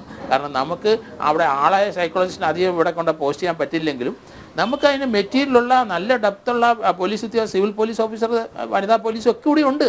അവരെ കുറച്ച് അവർക്ക് ഇതുപോലെയുള്ള ക്ലാസ് കൊടുത്തിട്ട് അവരെ തന്നെ ഓരോ പോലീസ് സ്റ്റേഷനിലും പോസ്റ്റ് ചെയ്യുന്ന അവരെ അതിന് എക്സ്ക്ലൂസീവായിട്ട് പ്രത്യേകിച്ച് റൂറൽ സൈഡിൽ അങ്ങനെയുള്ള സ്ഥലത്ത് പിന്നെ SC കേസിൽ വരുന്നത് അങ്ങനെയുള്ള കുട്ടികളും ആൾക്കാരൊക്കെ പരാതിയായിട്ട് വരുമ്പോൾ അവരെ പ്രത്യേകമായിട്ട് പ്രിവിലേജ് കൊടുത്ത് നമ്മൾ അവരെ സമൂഹത്തിൻ്റെ മുന്നോട്ട് കൊണ്ടുവരാൻ ഇതുപോലെയുള്ള കാര്യങ്ങൾക്ക് വളരെയധികം സഹായകരമാകും എന്നാണ് എൻ്റെ വ്യക്തിപരമായ അഭിപ്രായം. യെസ്, ജോർജ് ജോസഫ്, വളരെയധികം നന്ദി ചർച്ചയിൽ പങ്കെടുത്തതിന്. ഈ കേസിൽ ചില അപ്ഡേഷനുകൾ കൂടി വന്നിട്ടുണ്ട്. ഇപ്പോൾ അറസ്റ്റിലായവരുടെ എണ്ണം 20 ആയിരിക്കുന്നു. രജിസ്റ്റർ ചെയ്ത കേസുകളുടെ എണ്ണം 7 ആയിരിക്കുന്നു. നവവരനും അറസ്റ്റിൽ. അടുത്ത ദിവസം വിവാഹം നിശ്ചയിച്ച നവവരനും കേസിൽ പ്രതിയായിട്ടുണ്ട്. 3 ഓട്ടോ തൊഴിലാളികൾ പ്രതികളായിട്ടുണ്ട്. വനിതാ കമ്മീഷൻ സ്വമേധയാ കേസെടുത്തു. അടിയന്തരമായ റിപ്പോർട്ട് നൽകാൻ SP-യോട് കമ്മീഷൻ നിർദ്ദേശിച്ചിട്ടുണ്ട്. ഇത് പ്രേക്ഷകരുടെ ശ്രദ്ധയിലേക്ക് പോലീസിൻ്റെ തന്നെ ഒരു വാർത്താക്കുറിപ്പ് ഇറങ്ങിയിട്ടുണ്ട്. അതിൽ പറയുന്നത് 13 വയസ്സുള്ളപ്പോൾ ഈ പെൺകുട്ടിയുടെ ആൺ സുഹൃത്ത് സുബിൻ മൊബൈൽ ഫോണിലൂടെ അശ്ലീല സന്ദേശങ്ങളും ചിത്രങ്ങളും അയച്ചു കൊടുക്കുകയും കുട്ടിയുടെ നഗ്നചിത്രങ്ങളും ദൃശ്യങ്ങളും ലഭ്യമാക്കുകയും ചെയ്തു. തുടർന്ന് കുട്ടിക്ക് 16 വയസ്സായപ്പോൾ ബൈക്കിൽ കയറ്റി വീടിന് സമീപത്തുള്ള അച്ഛൻ കോട്ടുമലയിൽ എത്തിച്ച് ആൾതാമസമില്ലാത്ത ഭാഗത്ത് റബ്ബർ തോട്ടത്തിൽ വെച്ച് ബലാത്സംഗം ചെയ്യുകയായിരുന്നു. ഇതിൻ്റെ ദൃശ്യങ്ങൾ ഫോണിൽ പകർത്തുകയും ചെയ്തു. പിന്നീട് മറ്റൊരു ദിവസം പുലർച്ചെ 2 മണിക്ക് ശേഷം കുട്ടിയുടെ വീടിനടുത്ത് റോഡ് വക്കിലെ ഷെഡിൽ വെച്ച് പീഡിപ്പിച്ചു. പിന്നീട് കൂട്ടുകാരായ മറ്റ് പ്രതികൾക്ക് കാഴ്ചവെക്കുകയായിരുന്നു എന്ന് അന്വേഷണത്തിൽ വ്യക്തമായി. ഇവർ സംഘം ചേർന്ന് അച്ഛൻ കൊട്ടുമലയിലെത്തിച്ച് കൂട്ടബലാത്സംഗത്തിന് വിധേയമാക്കിയതായും ഈ കുട്ടി മൊഴിയിൽ പറയുന്നു. നോക്കൂ, എത്ര ക്രൂരമായിട്ടാണ് ഈ കുട്ടി പീഡനത്തിന് ഇരയായിരിക്കുന്നത്. ഡോക്ടർ പ്രമീള ദേവി സംസ്ഥാന വനിതാ കമ്മീഷന് നേരത്തെ പ്രവർത്തിച്ചിട്ടുണ്ട്. ഇപ്പോൾ വനിതാ കമ്മീഷൻ ഈ കേസിൽ റിപ്പോർട്ട് സമർപ്പിക്കാൻ ആവശ്യപ്പെട്ടിരിക്കുകയാണ്. ഇതിനൊരു അറുതി ഉണ്ടാവുന്നില്ലല്ലോ ഡോക്ടർ പ്രമീള ദേവി? ഇത്തരം ഒരു കേസ് വരുന്ന സമയത്ത് അത് ഒറ്റപ്പെട്ട സംഭവമാണെന്ന് പറഞ്ഞ് മാറ്റി നിർത്തുന്നു. പക്ഷേ ഇത് വ്യത്യസ്തമാണ്. 64 പ്രതികളാണ് ഇപ്പോൾ ഉള്ളത്. പ്രതികളുടെ എണ്ണം കൂടാം. 64 പ്രതികളാണ് ഈ കേസിൽ ഉള്ളത് എന്നാണ് പറയുന്നത്. എങ്ങനെയാണ് നോക്കിക്കാണുന്നത്? ശ്രീ അനിൽ, എനിക്ക് പറയാനുള്ളത്, കേരളം പല മേഖലകളിലും വളരെ ഉയരത്തിലാണ്. കേരളം മറ്റ് ഭാരതീയ സംസ്ഥാനങ്ങളെക്കാൾ വളരെ മേന്മയുള്ളതാണ് എന്ന് നമ്മളൊക്കെ നിരന്തരമായി പറയാറുണ്ട്. ഈ ചിന്ത, കേരളത്തിന്റെ സുപ്പീരിയോറിറ്റിയെ കുറിച്ചുള്ള ചിന്ത നമുക്ക് വല്ലാതെ തലയ്ക്ക് പിടിച്ചിട്ടുണ്ടെന്നാണ് എനിക്ക് തോന്നുന്നത്. വളരെ പഴയ കാലം മുതൽ, തിരുവിതാംകൂർ രാജാക്കന്മാരുടെ കാലം മുതൽ, അതിനുശേഷം മിഷണറിമാരുടെ ശ്രമഫലമായും ഒക്കെ ഇവിടെ വിദ്യാഭ്യാസ സ്ഥാപനങ്ങൾ ഉയർന്നു വരികയും വിദ്യാസമ്പന്നമായ ഒരു ജനസമൂഹം ഉണ്ടാവുകയും ചെയ്തു എന്നത് വാസ്തവമാണ്. പക്ഷെ നാം നേടുന്ന ഈ വിദ്യാഭ്യാസം നമ്മുടെ ലോകവീക്ഷണത്തെ എങ്ങനെ പാകപ്പെടുത്തുന്നു? ചുറ്റുപാടുകളോടുള്ള നമ്മുടെ സമീപനത്തെ നമുക്ക് കിട്ടിയ ഈ ഒരു വിദ്യാഭ്യാസ മേഖലയിലെ മികവ് സഹായിക്കുന്നു എന്ന് നമ്മൾ കൃത്യമായി പരിശോധിക്കേണ്ടതുണ്ട്. ഇതൊന്ന്. രണ്ടാമത്, കേരളം മറ്റിന്ത്യൻ സംസ്ഥാനങ്ങളെ പോലല്ല, നമ്പർ 1 ആണ് കേരളം എന്ന് നമ്മുടെ ഭരണാധികാരികൾ നിരന്തരം ആവർത്തിച്ചുകൊണ്ടിരിക്കുന്നു. ഏത് മേഖലയിലാണ് കേരളം നമ്പർ 1 ആയിരിക്കുന്നത്? ഉത്തർപ്രദേശ് പോലെയുള്ള ഒറീസയും പോലെയുള്ള സംസ്ഥാനങ്ങൾ ദാരിദ്ര്യം കൊണ്ടും മറ്റ് നിരവധി പ്രശ്നങ്ങൾ കൊണ്ടും വളരെ പിന്നാക്കമായിരുന്നു. ഇപ്പോഴവ പതുക്കെ അവരെ സംബന്ധിച്ചിടത്തോളം ബഹുവേഗത്തിൽ മുന്നേറിക്കൊണ്ടിരിക്കുകയാണ്. ഇതുമായി താരതമ്യപ്പെടുത്തിക്കൊണ്ട് കേരളത്തിന്റെ മികവിനെ കുറിച്ച് വാചാലരാകുന്ന ആളുകൾ അറിയേണ്ടതുണ്ട്. രാത്രിയിൽ ഒരു കൂട്ടം വനിതകൾ നഗരത്തിലൂടെ പോലീസ് പ്രൊട്ടക്ഷന്റെ ധൈര്യത്തിൽ ഓടുന്ന വനിതാ വാക്കത്തോൺ സ്ത്രീ സുരക്ഷ കേരളത്തെ സൃഷ്ടിച്ചു എന്നാണ് ഭരണാധികാരികൾ അവകാശപ്പെടുന്നത്. അതല്ലെങ്കിൽ ഒരു വനിതാ മതിൽ, തെക്കേയറ്റം മുതൽ വടക്കേയറ്റം വരെ ഒരു വനിതാ മതിൽ തീർത്തുകൊണ്ട് നമ്മളൊക്കെ കൊടുക്കുന്ന നികുതി പണത്തിൽ നിന്ന് അതിലേക്കായി 50 കോടി ഉറുപ്പിക ചെലവഴിച്ചുകൊണ്ട് കേരളത്തിലെ സ്ത്രീകൾ സുരക്ഷിതരായി എന്നവർ പ്രഖ്യാപിക്കുന്നു. ഏറ്റവും ഒടുവിൽ ഹണി റോസിനെ പോലെ ഏറ്റവും താരമൂല്യമുള്ള ഒരു വ്യക്തിയുടെ കാര്യത്തിൽ അവർ കൊടുത്ത പരാതിയിന്മേൽ കണ്ണടച്ചു തുറക്കും മുൻപ് നടപടിയെടുത്തു എന്നതിലും കേരളത്തിന്റെ സ്ത്രീ സുരക്ഷാ നിലപാട് എത്രമാത്രം കെട്ടുറപ്പുള്ളതാണെന്ന് വരുത്തി തീർക്കാൻ സർക്കാർ ശ്രമിക്കുന്നു. ഹണി റോസിന് കിട്ടുന്ന ഈ ഒരു ആനുകൂല്യം കേരളത്തിലെ എല്ലാ സ്ത്രീകൾക്കും കിട്ടുന്നുണ്ട്. മ്യൂസിയത്തിന്റെ കോമ്പൗണ്ടിൽ പുലർകാലെ നടക്കാനിറങ്ങിയ ഒരു വനിതയ്ക്ക് നേരെ ആക്രമണം ഉണ്ടാവുകയും അവർ ഈ ആക്രമണകാരിയെ ഓടിച്ചിട്ട് പിടിക്കുകയും ചെയ്ത സംഭവം നമ്മുടെ മനസ്സിലുണ്ട്. അച്ഛനും അമ്മയ്ക്കുമൊപ്പം ഉറങ്ങാൻ കിടന്ന 3 വയസ്സുകാരിയെ പേടിപ്പിച്ച സംഭവം നമ്മുടെ മുമ്പിലുണ്ട്. വാളയാർ കേസിൽ 9ഉം 13ഉം വയസ്സായ 2 പെൺകുഞ്ഞുങ്ങളെ വളരെ നിഷ്ഠുരമായി പീഡിപ്പിച്ചു കൊലപ്പെടുത്തിയത് അവിടെയുള്ള CWCയുടെ അധ്യക്ഷന്റെ മുതൽ മൗനാനുവാദം അല്ലെങ്കിൽ മൗനമായ സഹായം ലഭിച്ചിട്ടുള്ളവരാണ് എന്നത് അവിടെ നാട്ടിൽപ്പാട്ടാണ്. ആ കേസ് അന്വേഷിച്ച ഒരു പോലീസ് ഉദ്യോഗസ്ഥന് കേസിൽ കാണിച്ച കൃത്രിമം മൂലം സ്ഥാനക്കയറ്റമാണ് ലഭിച്ചത്. അതെ, ഇതൊക്കെ നടന്നത് നമ്പർ 1 കേരളത്തിലാണ്. അപ്പോൾ പ്രഖ്യാപനങ്ങളിൽ, പരസ്യത്തിൽ സ്ത്രീ സുരക്ഷയെ സംബന്ധിച്ചിടത്തോളം കേരളം അന്യൂനമായ ഒരു സ്ഥാനം കൈക്കലാക്കിയിരിക്കുന്നു എന്ന് പറയുന്നതും യാഥാർത്ഥ്യവും തമ്മിൽ എത്ര ധ്രുവദൂരമുണ്ട് എന്നൊന്ന് ആലോചിച്ചു നോക്കുക. ഈ പെൺകുട്ടിയുടെ കാര്യത്തിൽ, മൈനറായ കുട്ടിയുടെ കാര്യത്തിൽ 13 വയസ്സ് മുതൽ അവൾ അനുഭവിച്ചു പോന്ന മാനസികവും ശാരീരികവുമായ പീഡയെക്കുറിച്ച് നമുക്ക് എന്താണ് കണ്ടെത്താൻ ഇത്രമാത്രം താമസമുണ്ടായത്? സ്കൂളുകളിലൊക്കെ കൗൺസിലേഴ്സ് ഉണ്ടാകണമെന്ന്, പ്രത്യേകിച്ച് പിന്നാക്ക വിഭാഗങ്ങളിലെ കുട്ടികൾക്ക് കൗൺസിലർമാരുടെ സേവനം ലഭ്യമാക്കണമെന്ന് എത്രയോ മുൻപ് തീരുമാനിക്കപ്പെട്ട കാര്യമാണ്. എത്രയോ കോടികൾ ആ ഫണ്ടിലേക്ക് വകയിരുത്തിയിട്ടുണ്ട്. അപ്പോ അതൊക്കെ കേവലം കടലാസ് തീരുമാനങ്ങളും ആഘോഷപൂർവ്വമുള്ള ഞാൻ നേരത്തെ പറഞ്ഞതുപോലെ പ്രഖ്യാപനങ്ങളും. ഞാൻ നേരത്തെ പറഞ്ഞ പോലെ ഈ പോലീസിന്റെ റിപ്പോർട്ടിൽ തന്നെ പറയുന്നത്, അതായത് പുലർച്ചെ 2 മണിക്ക് ശേഷം കുട്ടിയുടെ വീടിനടുത്ത് റോഡ് വക്കിലെ ഷെഡിൽ വെച്ച് പീഡിപ്പിച്ചു. അപ്പൊ ഈ കുട്ടി ഒറ്റയ്ക്കാണോ താമസിക്കുന്നത്? ഈ കുട്ടിയുടെ വീട്ടിൽ ആരും ഇല്ലേ? രക്ഷിതാക്കളില്ലേ? ഈ കുട്ടിയെ കയറൂരി വിട്ടിരിക്കുകയാണോ? ഇത് ബാക്കിയുള്ളവരാരും അറിയുന്നില്ലേ? അപ്പോൾ അതിൽ എന്തൊക്കെ ദുരൂഹതകൾ അവശേഷിക്കുകയല്ലേ? തീർച്ചയായും ഇത്തരം കേസുകളിലൊക്കെ നിരവധി ദുരൂഹതകൾ ബാക്കിയുണ്ട്. പുലർച്ചെ 2 മണിക്ക് വീടിനടുത്തുള്ള വെയിറ്റിംഗ് ഷെഡിൽ ഈ കുട്ടി എങ്ങനെ എത്തി? ആരാണ് അവളവിടെ എത്തിച്ചത്? അതിന് അരുനിന്നത് ആരാണ്? അത് പുറത്തു വരുന്നില്ലെന്ന് ഉറപ്പാക്കിയത് ആരാണ്? ഇത്തരം അനേകം ചോദ്യങ്ങൾക്ക് തിരികൊളുത്തുന്നുണ്ട് ഈ സംഭവങ്ങൾ ഓരോന്നും. ഇത് അധ്യാപകരും കൗൺസിലർമാരും സമൂഹവും ജനപ്രതിനിധികളും മാതാപിതാക്കളും ഭരണ സംവിധാനവും ഒക്കെ കൂടി ഒരുക്കിയ ഒരു കെണിയിൽ മറ്റൊരു ഇര കൂടി വീണു എന്ന് മാത്രമേ നമുക്ക് പറയാൻ കഴിയൂ. നമുക്ക് കൊട്ടിഘോഷിക്കുന്നതിലാണ് താല്പര്യം, നമുക്ക് മാറ്റങ്ങൾ അടിസ്ഥാന തലത്തിൽ വരുത്തുന്നതിലല്ല. ശ്രീമതി ഹണി റോസിന്റെ കാര്യത്തിൽ ഉടനടി നടപടി എടുത്തത് ഇത് നമ്മുടെ ഒരു ഫ്ലാഗ്ഷിപ്പ് എന്നോണം ചൂണ്ടിക്കാണിക്കുന്നതിന് വേണ്ടിയാണ്. കണ്ടില്ലേ കേരളത്തിലെ സർക്കാരിന്റെ ജാഗ്രത എന്ന് പറഞ്ഞ് കൊട്ടിഘോഷിക്കുന്നതിന് വേണ്ടിയാണ് അക്കാര്യത്തിൽ സ്തുത്യർഹമായ ഒരു നിലപാടെടുത്തത്. ദശലക്ഷക്കണക്കിന് സ്ത്രീകൾ, അവരാരും താരങ്ങളല്ല, അവരാരും പ്രശസ്തരല്ല, അവർക്കാർക്കും പണമോ സ്വാധീനമോ മുഖ്യമന്ത്രിയെ എന്നല്ല ഏതെങ്കിലും ഒരു MLA പോലും ചെന്ന് കാണാനുള്ള കഴിവോ പ്രാപ്തിയോ അനുകൂലമായ സംവിധാനങ്ങളോ ഉണ്ടാവില്ല. പക്ഷെ അവരും ഈ രാജ്യത്തെ പൗരന്മാരാണ്, അവരും നമുക്ക് വോട്ട് ചെയ്യുന്നവരാണ് എന്ന് ഭരണാധികാരികൾ ചിന്തിച്ചുകൊണ്ട് അത്തരം കാര്യങ്ങളിലും നീതി നടപ്പാക്കാൻ കഴിയണം. ഇക്കഴിഞ്ഞ ദിവസത്തെ പത്രത്തിൽ കണ്ട ഏറ്റവും അശ്ലീലമായ ഒരു വാർത്തയെ കുറിച്ച് മുൻപാരോ പ്രതിപാദിച്ചു, എങ്കിലും ഞാനതൊന്ന് ഓർമ്മിപ്പിക്കുകയാണ്. കൊലക്കുറ്റത്തിന് ഹൈക്കോടതി ശിക്ഷ വിധിച്ച 2 പ്രതികളെ രക്തഹാരങ്ങൾ അണിയിച്ചു വഴിയിലൂടെ ആനയിച്ചു കൊണ്ടുപോകുന്നു. അധികാരപ്പെട്ട സ്ഥാനങ്ങളിൽ ഇരിക്കുന്നവർ, ഉത്തരവാദിത്തപ്പെട്ട പദവികൾ വഹിക്കുന്നവർ അവരെ പോയി കാണുന്നു. എന്ത് സന്ദേശമാണ് കേരളം ഇതിലൂടെ സ്വീകരിക്കേണ്ടത്?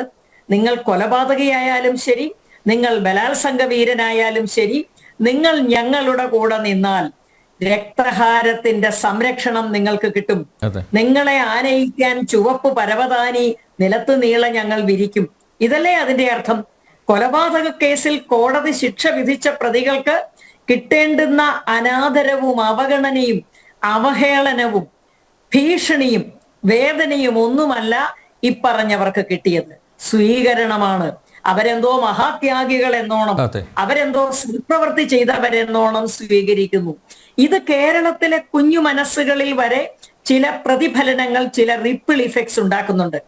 ഇപ്പറഞ്ഞ മൈനറായ പെൺകുട്ടിയെ പീഡിപ്പിച്ച മൈനറായ പയ്യനും 16കാരനും 18കാരനും ഒക്കെ കിട്ടുന്ന സന്ദേശം കേരളത്തിൽ എല്ലാ കുറ്റവാളികളെയും ഒരേപോലെയല്ല സർക്കാർ നോക്കിക്കാണുന്നത്. കേരളത്തിൽ എല്ലാ കുറ്റകൃത്യങ്ങളിലും ഉള്ള ഇരകൾക്ക് ഒരേ തരത്തിലുള്ള നീതിയല്ല ലഭ്യമാക്കുന്നത്. നിങ്ങൾക്ക് രക്തഹാരം അണിയിച്ച് സ്വീകരിക്കപ്പെടാനുള്ള സാധ്യതയുണ്ട്, രക്ത പരവതാനി വിരിച്ച് അതിലൂടെ നടന്നു കയറാനുള്ള സാധ്യതയുണ്ട്, അല്ലെങ്കിൽ നിങ്ങളെ കണ്ണടച്ചു തുറക്കും മുമ്പ് പോലീസ് അകത്താക്കാനുള്ള സാധ്യതയുമുണ്ട്. ഈ വ്യവസ്ഥയാണ്, ഈ സാമൂഹിക അവസ്ഥയാണ്, ഇത്തരത്തിലുള്ള വളരെ ദുർബലമായ സംവിധാനമാണ് ഇങ്ങനെയുള്ള എല്ലാ പ്രശ്നങ്ങളുടെയും അടിസ്ഥാനം എന്ന് പറയാൻ ഞാൻ തയ്യാറാകുകയാണ്. കേരളത്തിന്റെ മേന്മകളെ പറ്റിയുള്ള വാചാലത തൽക്കാലം നമുക്ക് അവസാനിപ്പിക്കാം. ആവശ്യമില്ലാതെ സ്വയം പുകഴ്ത്തിക്കൊണ്ടിരിക്കുന്നവർ ഒരിക്കലും സ്വന്തം തെറ്റുകളും കുറവുകളും കാണാൻ ജാഗ്രതയില്ല. ഞാൻ നമ്പർ 1 ആണ് എന്ന് വിശ്വസിച്ചു കൊണ്ടിരുന്നാൽ എനിക്ക് എങ്ങനെയാണ് എന്റെ കുറവുകളെ പറ്റി തിരിച്ചറിവുണ്ടാകുന്നത്? എനിക്ക് തെറ്റുകൾ പറ്റുന്നുണ്ട്, എനിക്ക് കുറവുകൾ ഉണ്ടാകുന്നുണ്ട്.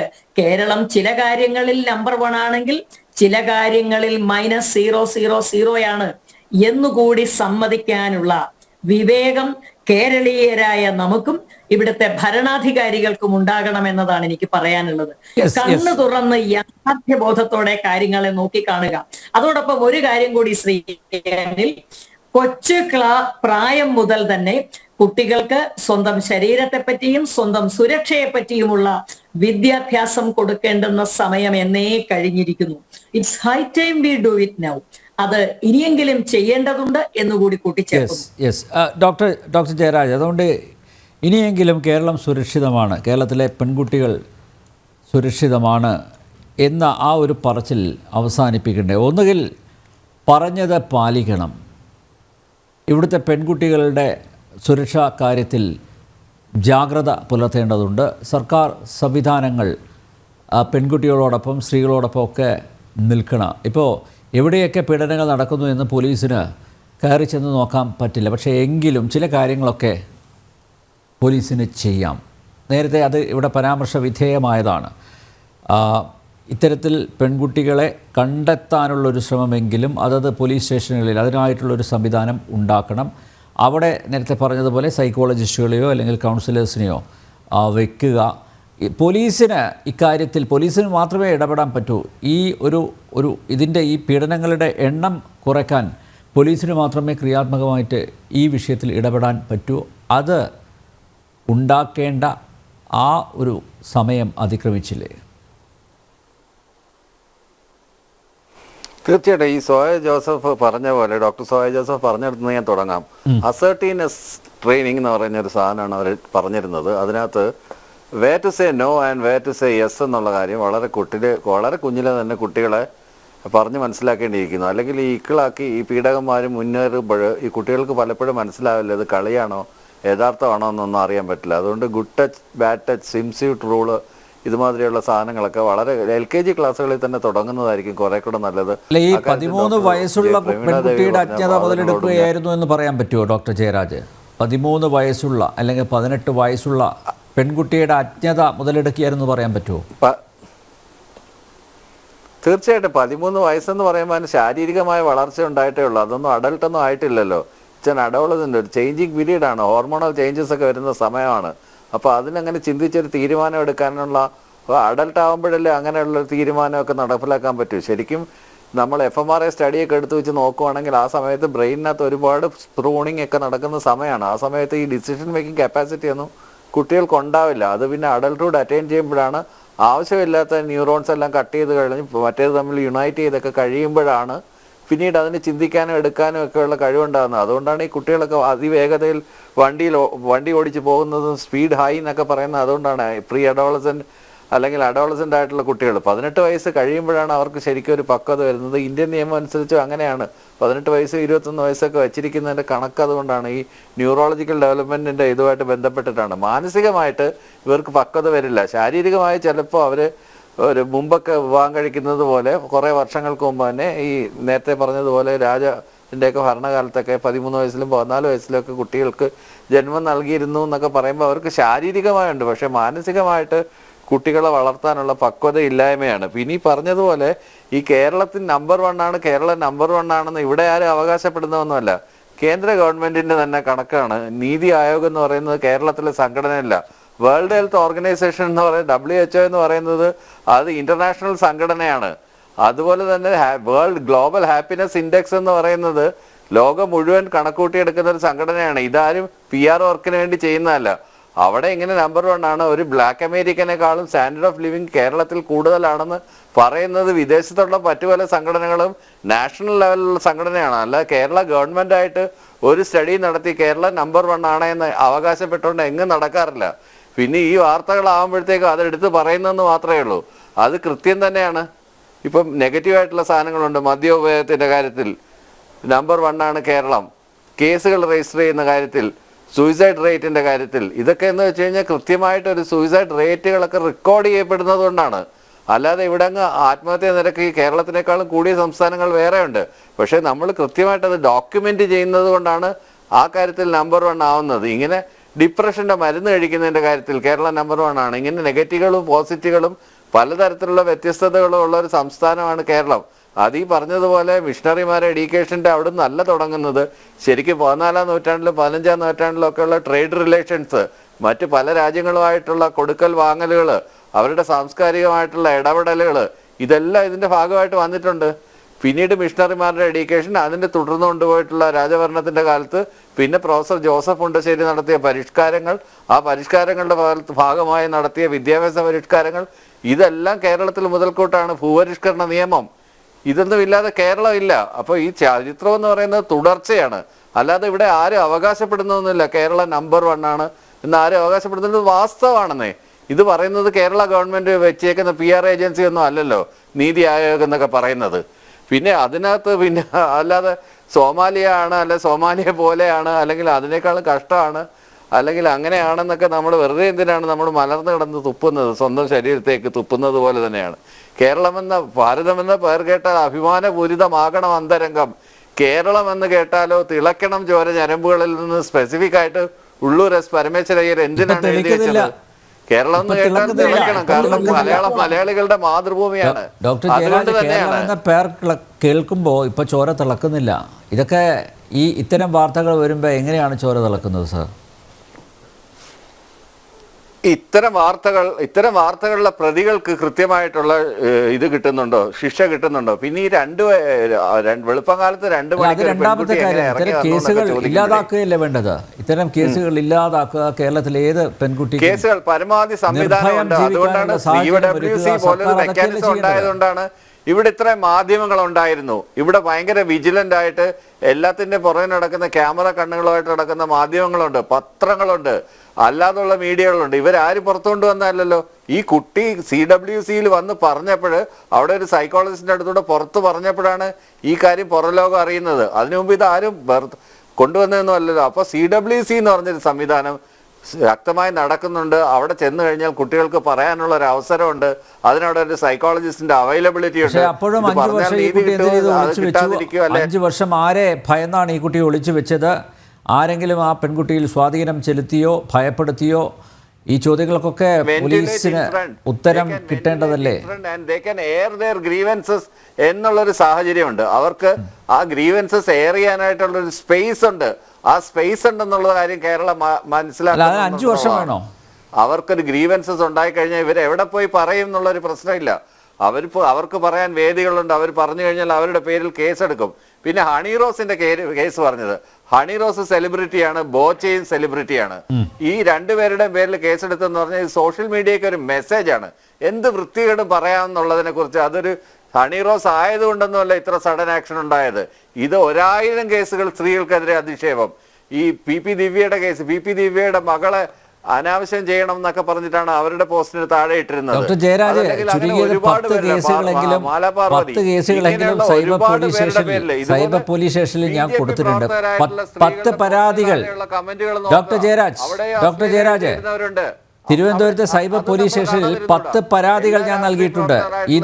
ഇതുവരെ ഒരു നടപടി ഉണ്ടായിട്ടില്ല. അപ്പോൾ ഹണി റോസിന് കൊടുക്കുന്ന പരിഗണന ഞങ്ങളെപ്പോലുള്ള പാവപ്പെട്ടവർക്കും നൽകണം എന്നുള്ളൊരു അഭ്യർത്ഥനയുണ്ട് കേട്ടോ. അനി റോസ് ഒരു പരാതി കൊടുത്തു കഴിഞ്ഞാൽ എല്ലാവർക്കും ഉണ്ട്. പക്ഷേ ഇത് വളരെ പെട്ടെന്ന് ഇടപെടലുണ്ടായി. പക്ഷേ മെസ്സേജ് വളരെ ക്ലിയർ ആണ്. ഇനി ചെയ്യുന്നതിന് മുമ്പിൽ ആരായാലും ഒന്ന് ആലോചിക്കും. ഇത്തരം വൃത്തികേടുകൾ ഏത് രാജ്യത്ത് പോയിരുന്നു. പണ്ട് മുഖ്യമന്ത്രി ചീത്ത വിളിച്ചൊരു സംഭവം അറിയാലോ, ഒരു റിട്ടയർഡ് പട്ടാളക്കാരനെ സൗദി അറേബ്യയിൽ നിന്ന് പൊക്കിക്കൊണ്ടുവന്നത്. അതുപോലെ എന്തും എഴുതി ഇടാമെന്നൊക്കെ ആർക്കെങ്കിലും ധാരണ ഉണ്ടെന്നുണ്ടെങ്കിൽ അത് കുറെയൊക്കെ ഒന്ന് നിയന്ത്രിക്കാൻ ആ ഒരു മെസ്സേജ് വളരെ ക്ലിയർ ആയിട്ട് പ്രധാനമന്ത്രിയെ ചീത്ത വിളിക്കുന്നവർ സിംബോളിക്കാണ്. ഈ ഒരു സാധനത്തിന് സിംബോളിക് ആയിട്ട് കണ്ടാൽ മതി. അല്ലാതെ ഹണി റോസിന് വലിയ പ്രാധാന്യം ഉണ്ടായതുകൊണ്ടോ ബോച്ചയ്ക്ക് വലിയ പ്രാധാന്യം ഉണ്ടായതുകൊണ്ടോ അല്ല. അങ്ങനെയല്ല കേസിനെ എടുക്കേണ്ടുന്നത്. ഈ കേസിനെ എടുക്കേണ്ടതെന്ന് പറഞ്ഞു കഴിഞ്ഞാൽ ഇത് വളരെ കൃത്യമായിട്ടുള്ള ഒരു മെസ്സേജ് പൊതുസമൂഹത്തിന് മുന്നിൽ കൊടുക്കുന്നത് കൊണ്ടാണ്. എന്ത് വൃത്തികേടും മുഖമില്ലാത്ത പോസ്റ്റുകളായിട്ട് വന്നിരുന്നുണ്ട്. എന്ത് വൃത്തികേടും വിളമ്പാം അല്ലെങ്കിൽ എഴുതിയിടാം എന്നൊക്കെ കരുതി ധരിച്ചു വെച്ചിരിക്കുന്നു. നമുക്ക് അവസാനിപ്പിക്കാം. ഡോക്ടർ പ്രമീള ദേവി, സ്ത്രീകളെ അധിക്ഷേപിക്കാം, മറ്റുള്ളവരെ അധിക്ഷേപിക്കാം. അതായത് എനിക്ക് എന്റെ പ്രാർത്ഥന ഹണി റോസിന്റെ പരാതികളിന്മേലുണ്ടായ നടപടിയുടെ വേഗതയില്ലെങ്കിലും ഒച്ചിഴയും മട്ടിലെങ്കിലും അനിലിന്റെ പരാതിക്ക് ഒരു ഇടപെടൽ നടപടി ഉണ്ടാകട്ടെ എന്നതാണ്. അതോടൊപ്പം PR വർക്ക് തീരെ ചെയ്യാത്ത കേരളം കോവിഡ് കാലത്ത് എങ്ങനെയാണ് പോയി അവാർഡ് വാങ്ങിയതെന്നും എന്ത് അവാർഡാണ് വാങ്ങിയതെന്നും ഒക്കെ നമ്മൾ നേരിൽ കണ്ടതാണ്. ക്യൂബയിൽ നിന്ന് മരുന്ന് ഇറക്കുമതി ചെയ്യുന്നത് കാത്ത് കണ്ണുകഴച്ചിരുന്നവരുമാണ് നമ്മൾ. അപ്പോൾ PR വർക്ക് ഇല്ലാത്ത കേരളത്തിന്റെ ശാന്ത സൗമ്യത നിറഞ്ഞ പക്വത നിറഞ്ഞ പെരുമാറ്റം നമുക്കറിയാവുന്നതാണ്. അതൊക്കെ ഞാൻ മറക്കുന്നു. എനിക്ക് അനിലിന്റെ പരാതിയിന്മേൽ സർക്കാർ എന്തെങ്കിലും നടപടി എടുക്കട്ടെ. ഹണി റോസിന് കിട്ടുന്ന അത്ര വേഗതയിലൊന്നും വേണ്ട. 10 വർഷം കഴിഞ്ഞിട്ടെങ്കിലും നടപടി ഉണ്ടാവട്ടെ എന്നൊരു ആശംസ മാത്രമാണ് എനിക്ക് പറയാനുള്ളത്. Thank you.